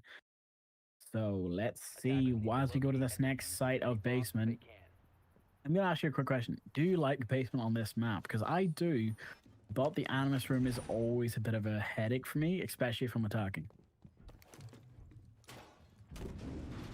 Yeah, it's looking good for this Team Freakret roster, as Buyout having a difficult start, but they were able to put up a decent amount of kills. Now 3 players surviving, though. It definitely does showcase, the dominance that they are looking to display in this round. A little bit of a greener screen at the moment. Maybe it's a little bit of a St. Patrick's Day special, but at the moment, we're just going to get back on into the game. 7 seconds before we head right on into the action. Team Freakrit, can they continue to string together a couple rounds? Will Buyout be able to equalize? We'll have to wait and see, as we've seen an aggressive stance already being taken by Cokes, who's just playing so inputted and looking to try and take early contact. Won't be able to find any outlines, though. Ooh, a nasty first pick, but it's immediately refragged afterwards because Tom was a bit too aggressive, wanting to get his kills onto the board. But I'd say that's a pretty good trade. The only problem is, as you can see, this Vigil has no fear, sees the Blitz, choosing to impact and actually challenge him every chance he gets. He actually gets to take a lot of damage and deal it as well, so it does work out for him. But now he's stuck between a rock and a hard place, as too much intel is going to be given. There's 3 people trying to go for challenge. One jumps out the window to try to distract, but it's not going to be enough. As you can see, this Blitz successfully survives and gets out of there. Gets a lot of intel and calls out for his team. He's got to try and bait it as Thermite gets a quick pick onto Cheetah, removing him from the board. But as you can see, the banter comes out, calling out his teammates to aim, and the shutdown happens at last. Vigil's removed from the board. It becomes a 2v4. This defense is looking a bit rocky, as nobody's on site. Everyone's on the first floor. And as you can see, one's about to go up to the second, but he's actually going to get found and wallbanged. Cannot move safely. Gotta hopefully retreat back to site. But nope, the shots come out, actually dropping the diffuser in this engagement, leaving it as a 3v2 now. This is looking good for Buyout, who's going to look to try and make this comeback after a shotgun to the face. Reich will drop. And still, it's a 1v3. Not totally impossible, but Team Freakret going to have to really pull out all the stops in this round. As there's another kill going the way of this shotgun, pulling off some dominance to get this game back into equalization 1-1. It's close, but will it be enough to actually start it? I'm going to say yes, just for the fact that looking at these teams, a 1-1 scoreboard should dictate how this match is going to go. They're going to be going back and forth, back and forth. But seeing the fact that they do have some really good players on both sides, one maybe a little bit more favored in gunfights, we're going to have to wait to see if the aggression can match the defense. Defenders protect your Immovable bombs. object Defuse the versus hideout. an unstoppable force. A Bomb great located by saying, attackers. but normally we all know the spear normally wins. Keeping this game Biod. I mean, they played very well that round, which was surprising due to how dominant the first one was. Team Secret were just able to put so much forth, keeping 3 players alive, and I was kind of expecting them to be able to continue that for at least a couple more rounds, but will not be the case. 10 seconds remaining. Let's think about this in a better way. First, how do these teams like to handle this? Do they want to play aggressively, or will they have bigger issues going Attackers are forward? heading out to defuse They've the tried to bomb. play it slow, but it's been a problem for them in the past. For now, let's just hope they can make the most out of this fight. Because right now, as you can see, Blitz is now running back to the place where he last experienced quite a lot of trauma, just trying to make his way into that garage. Spots out the phone, gives the call to his teammate. Hopefully someone's going to be able to pick that up. As Thermite's going to breach the wall in the garage, looking for something as the player was actually running across. The timing for that. Will Castle be able to run out in time? No, he will not. Just got to see how they handle this warehouse attack. Currently, Tom Skittles finds her first. Cokes is down in the trade. Sent back, and it's down to a 4v4. Here's the peak possibly coming out, and it will be the timing. Reich barely surviving with their head kept on. And another one to be converted. Still in a 3v2, looking to play aggressive, down to a last player remaining situation.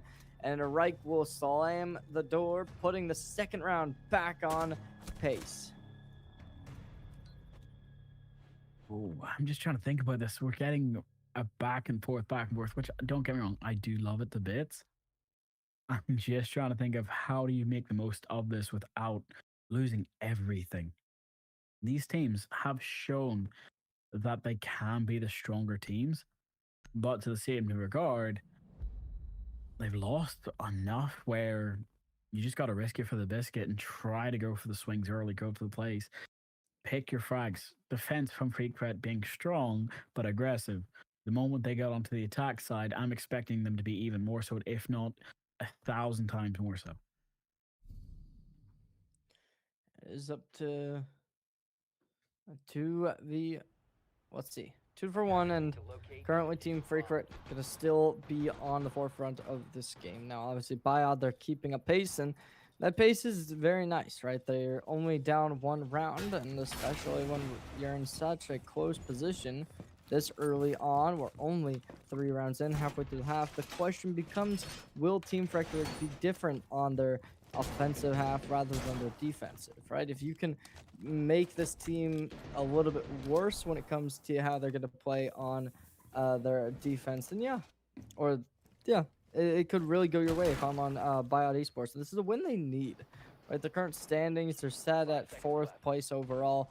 They're going to want to try and climb up into 3rd, 2nd overall, as that would definitely be what is going to be favorable for them. But unfortunately, just the firepower they're going up against might just be a little bit too much. Couldn't agree more.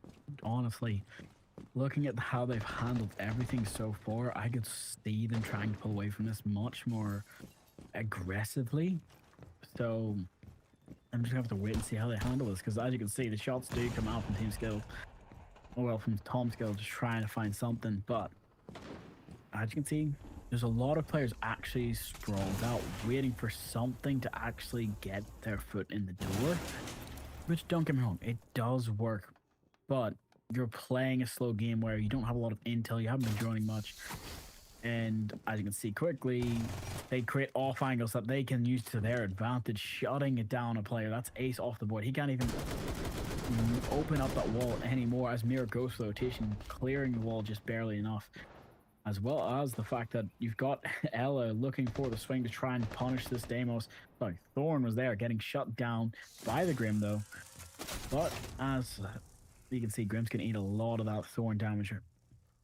Hopefully though, she is going to be here to get the refrag as Mira gets another pick upstairs. And there's the shot from Cheetah, becoming a 4v2. Bring Your Destiny getting read like a book and shut down again. As Blackbeard unfortunately has to pick between two sharp decisions, gets shut down by Naka. So it's all going to be up to the Flores on the ceiling to try and survive this and go for this fight versus this aggressive Cheetah. Let's see if he's going to be able to survive or isolate his one picks to try and make them feel bad for swinging these aggressive fights. Gall gets one, takes out Rika. That's a huge pick, making sure to remove the Asami. But as you can see, the pistols do come out as the shots dance does come for it. It's so good to have great mechanics, but you're risking your life for something you really shouldn't.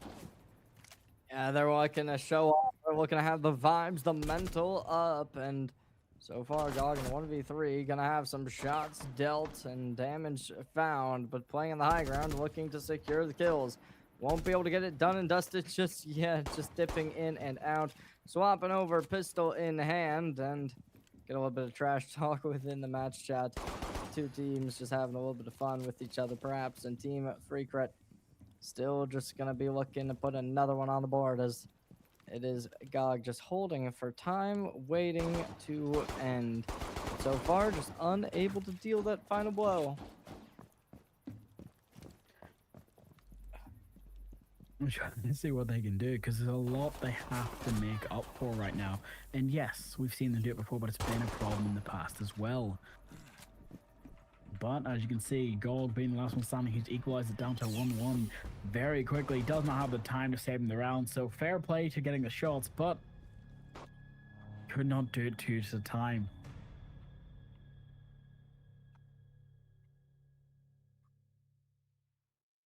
Yeah, at this point, Team Freakret putting up 3 rounds compared to Buyout's 1. This lead is definitely nice to say the least. We look towards what's coming in next. It's Thorn, Calvaria, Aruna, a Clash, and Warden to enter up, seeing whether or not they're going to be able to find another one. I feel like the answer with this type of composition should be a yes. It does look very well rounded. It looks very nice. And how Buyout's going to respond, that'll be kind of the question on what they're going to look to maybe even make happen in a round like this. Well, here's the thing. I'm looking for something that's aggressive, but also something that's going to be worth their defense. One, you can't just blindly push in without thinking of something for this. As you can see, the attack of the YOD is finally bringing the operators, finally changing up how their playstyle is coming out to it. Yes, bringing Thermite, bringing, hey, we're going to go back to basics on some operators, but comfort picks. New operators, new challenges, making sure that we're not playing to the same regard. This is a new site for them. This is Kitchen. We all know how to attack it. Either you go for above or you go for the sides. And as you can see, as Clash runs out to get that wall reinforcement, Tom Scales actually get a spawn peek on somebody who tries to rush the challenge to try and kill the Clash. Big problem is Tom Scales also playing close now, waiting on the doorway to try and swing. He can hear somebody close, doesn't know exactly where. And because the shadow is not going to be enough to give away the attention, that's Nomad down a little bit of BM, but ends up successfully getting killed, but gets downed in the engagement. And it's actually going to end up losing his teammate's life as well for it. Warden's there, goes for the C4, but he's not going to actually be able to get the kill. Oh, that's even more unfortunate that Tom's going to get back up from that. So it's a 3v4, but Tom's on low HP. It is looking good for Team Freakret, however, it is, as you said, the HP is starting to dwindle downwards, being at a sliver of what it formerly was. Coming on through. Let's see whether or not Team Freakret is going to be able to continue putting up the same level of dominance we once saw. Buyout on the other side. We're looking towards this heaven control, or this pacing control. It's looking nice. Reich is down as Noka is able to find that kill. Looking to do nice, and as they get the trade, Tom Skittle putting another one on the board. Buyout falls down to 2 players remaining. And it certainly seems like this should be a winnable round for them. Getting aggressive, trying to peek in for some toe shots. Won't be able to convert it just yet. Still just playing that little bit of a stalling game. And Team Freakret looking to play aggressive. The HP still falls down on everyone. 2 players, 1 shot to kill. Lethal positioning to be at Star Drago. We could really be seeing a turnaround. You're definitely right about that, but it's about how much you can get out of it. As Tom's got, they do take the round. That thorn trap coming in clutch to end it, though. I can say it definitely was a round. It was not one I was expecting, but one that I was happy to be a part of to get to see. So here's the problem. It's 4-1 now. Team Secret have given themselves a great defensive lead. 4-2 split, easily winnable now for the rest of these rounds on attack. But I think that they're going to get a bit greedy here and get themselves a 5-1. We'll just have to see what they can do. Our Solid Snake will be brought back. He did clutch out and help, but he could not finish the job. He needs his support. He needs his XOF behind him. So we'll see what they can do. As of now, it is just going to be a 4-1 buyout esports. Can they bring us the same thing we've seen all day long? 4-2s coming out, or will we be seeing that 5-1 a little bit more dominant in favor of Team Freak now, as this team had a +4 round differential or +3 round differential coming into this game. Obviously, they have been very good when it comes to keeping leads in their favor. So we'll see whether or not that will continue. As buyout esports, they're going to have to pull out all the stops if they want to change the pace of this game. Let's see how they want to handle this.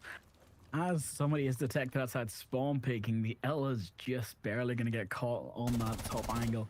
Whether or not she's actually able to choose to go for this fight or not, she does. And she gets the tap, takes out Snake, takes out Naka. That's painful. Cheetah's playing his own game today.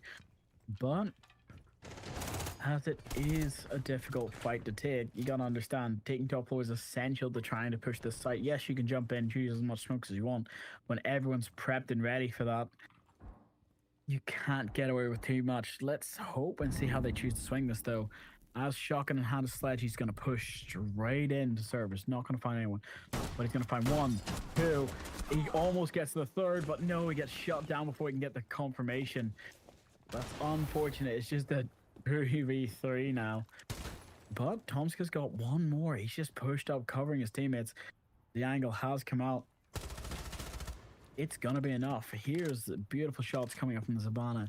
Nike is here, gets one. Here's the player drop into warehouse. Hopefully going to be able to find one, but the ski bar is going to block the cover. Yeah, 1v2 buyout esports having to play with so much on the line and pinched between two players. They're going to have a difficult time, to say the least, but the isolation. Tom Skittle down, now down to a 1v1 right in the most pivotal spot. Can they change this game? Buyout esports possibly pulled back just by heroics in a 1v2.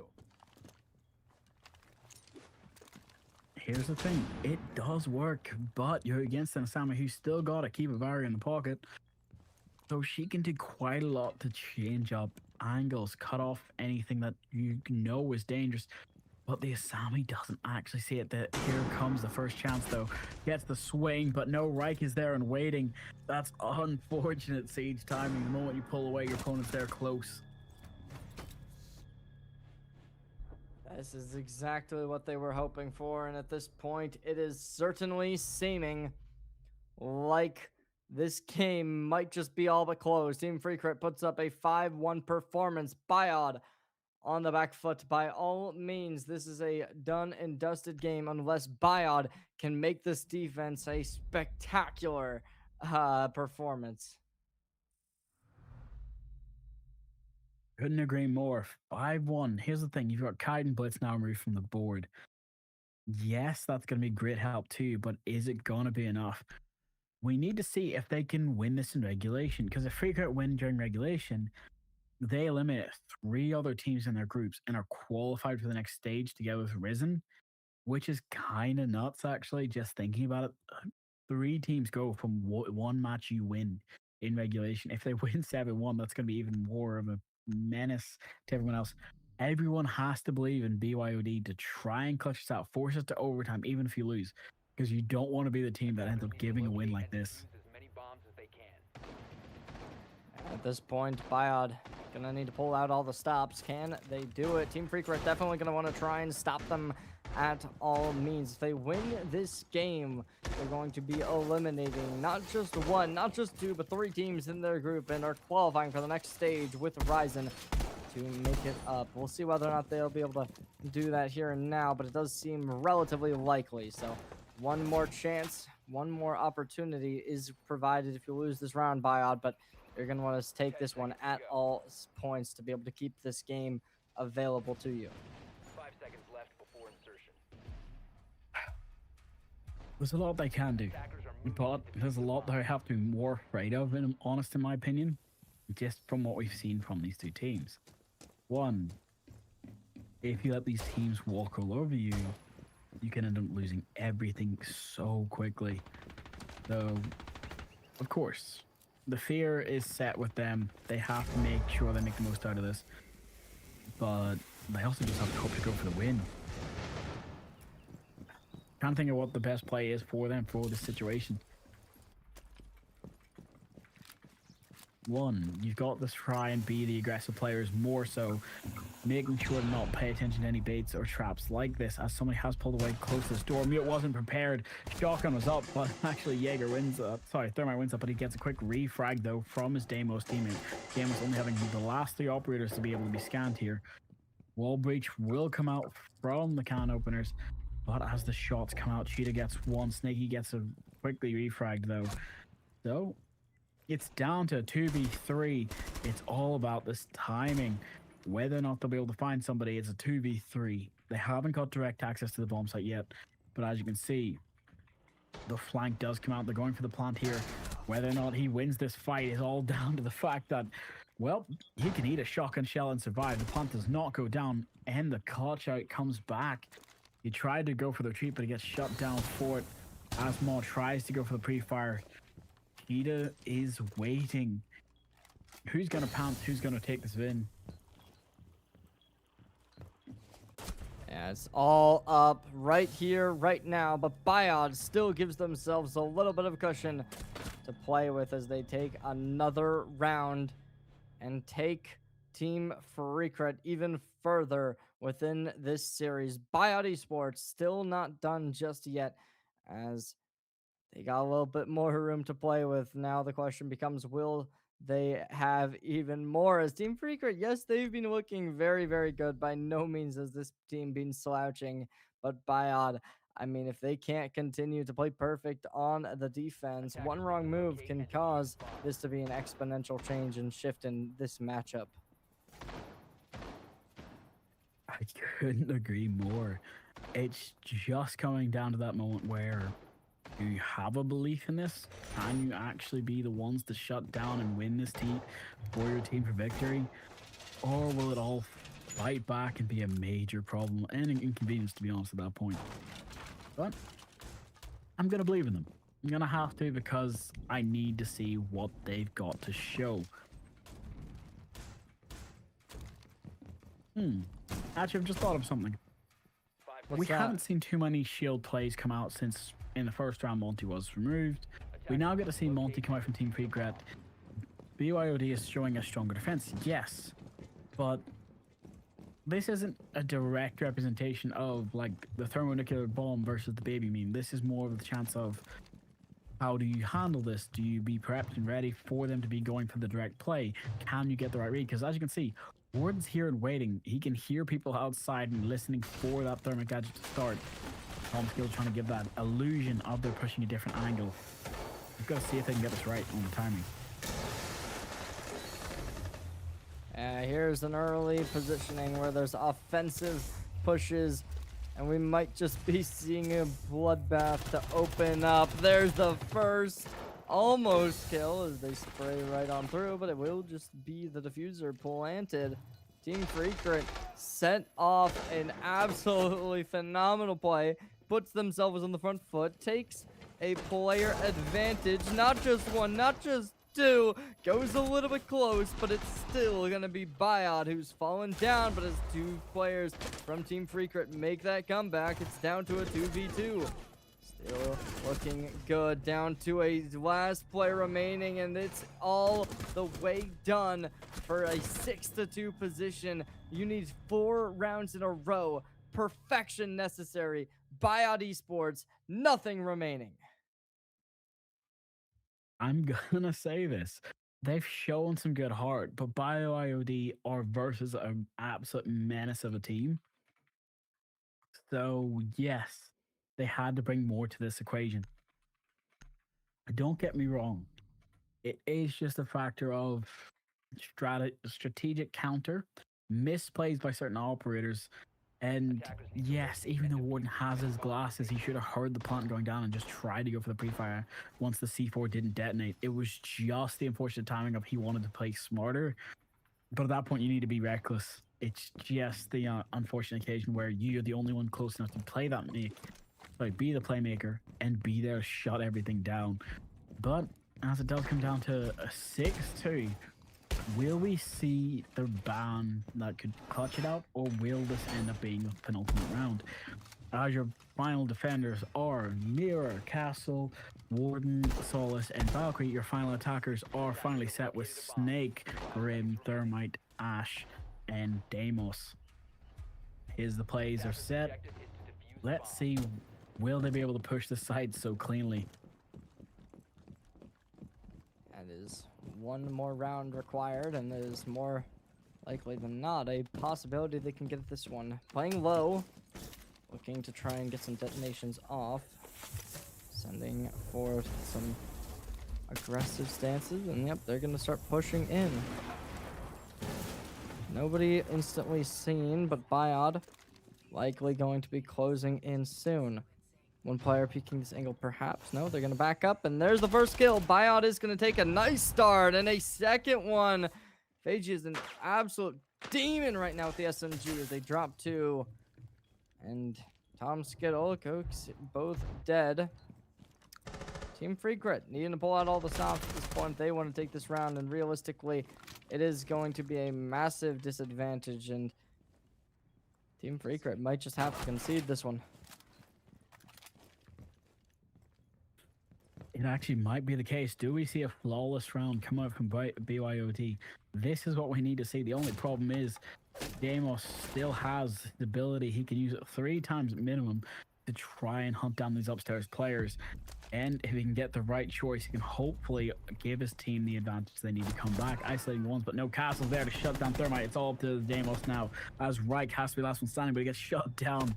Castle, Noka is no longer being put down this match. He is here, gives his team the flawless, and keeps the hope alive for everybody else in the group. 6v3, we love to see it.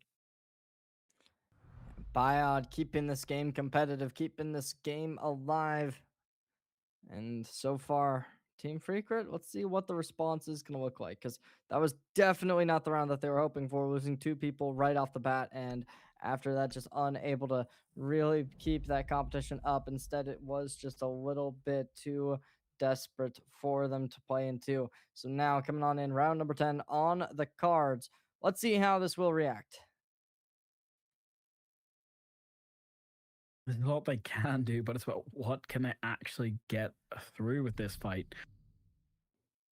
They've set themselves up for a really punishing defeat, but it could be the greatest comeback that we need to see happen. Again, we were down 6-2. Sorry, yeah, 6-2. We were down. And now they're coming back with a 6-3. I'd love to see them do this comeback, go for that punishment, go for this victory. But it's going to be tight.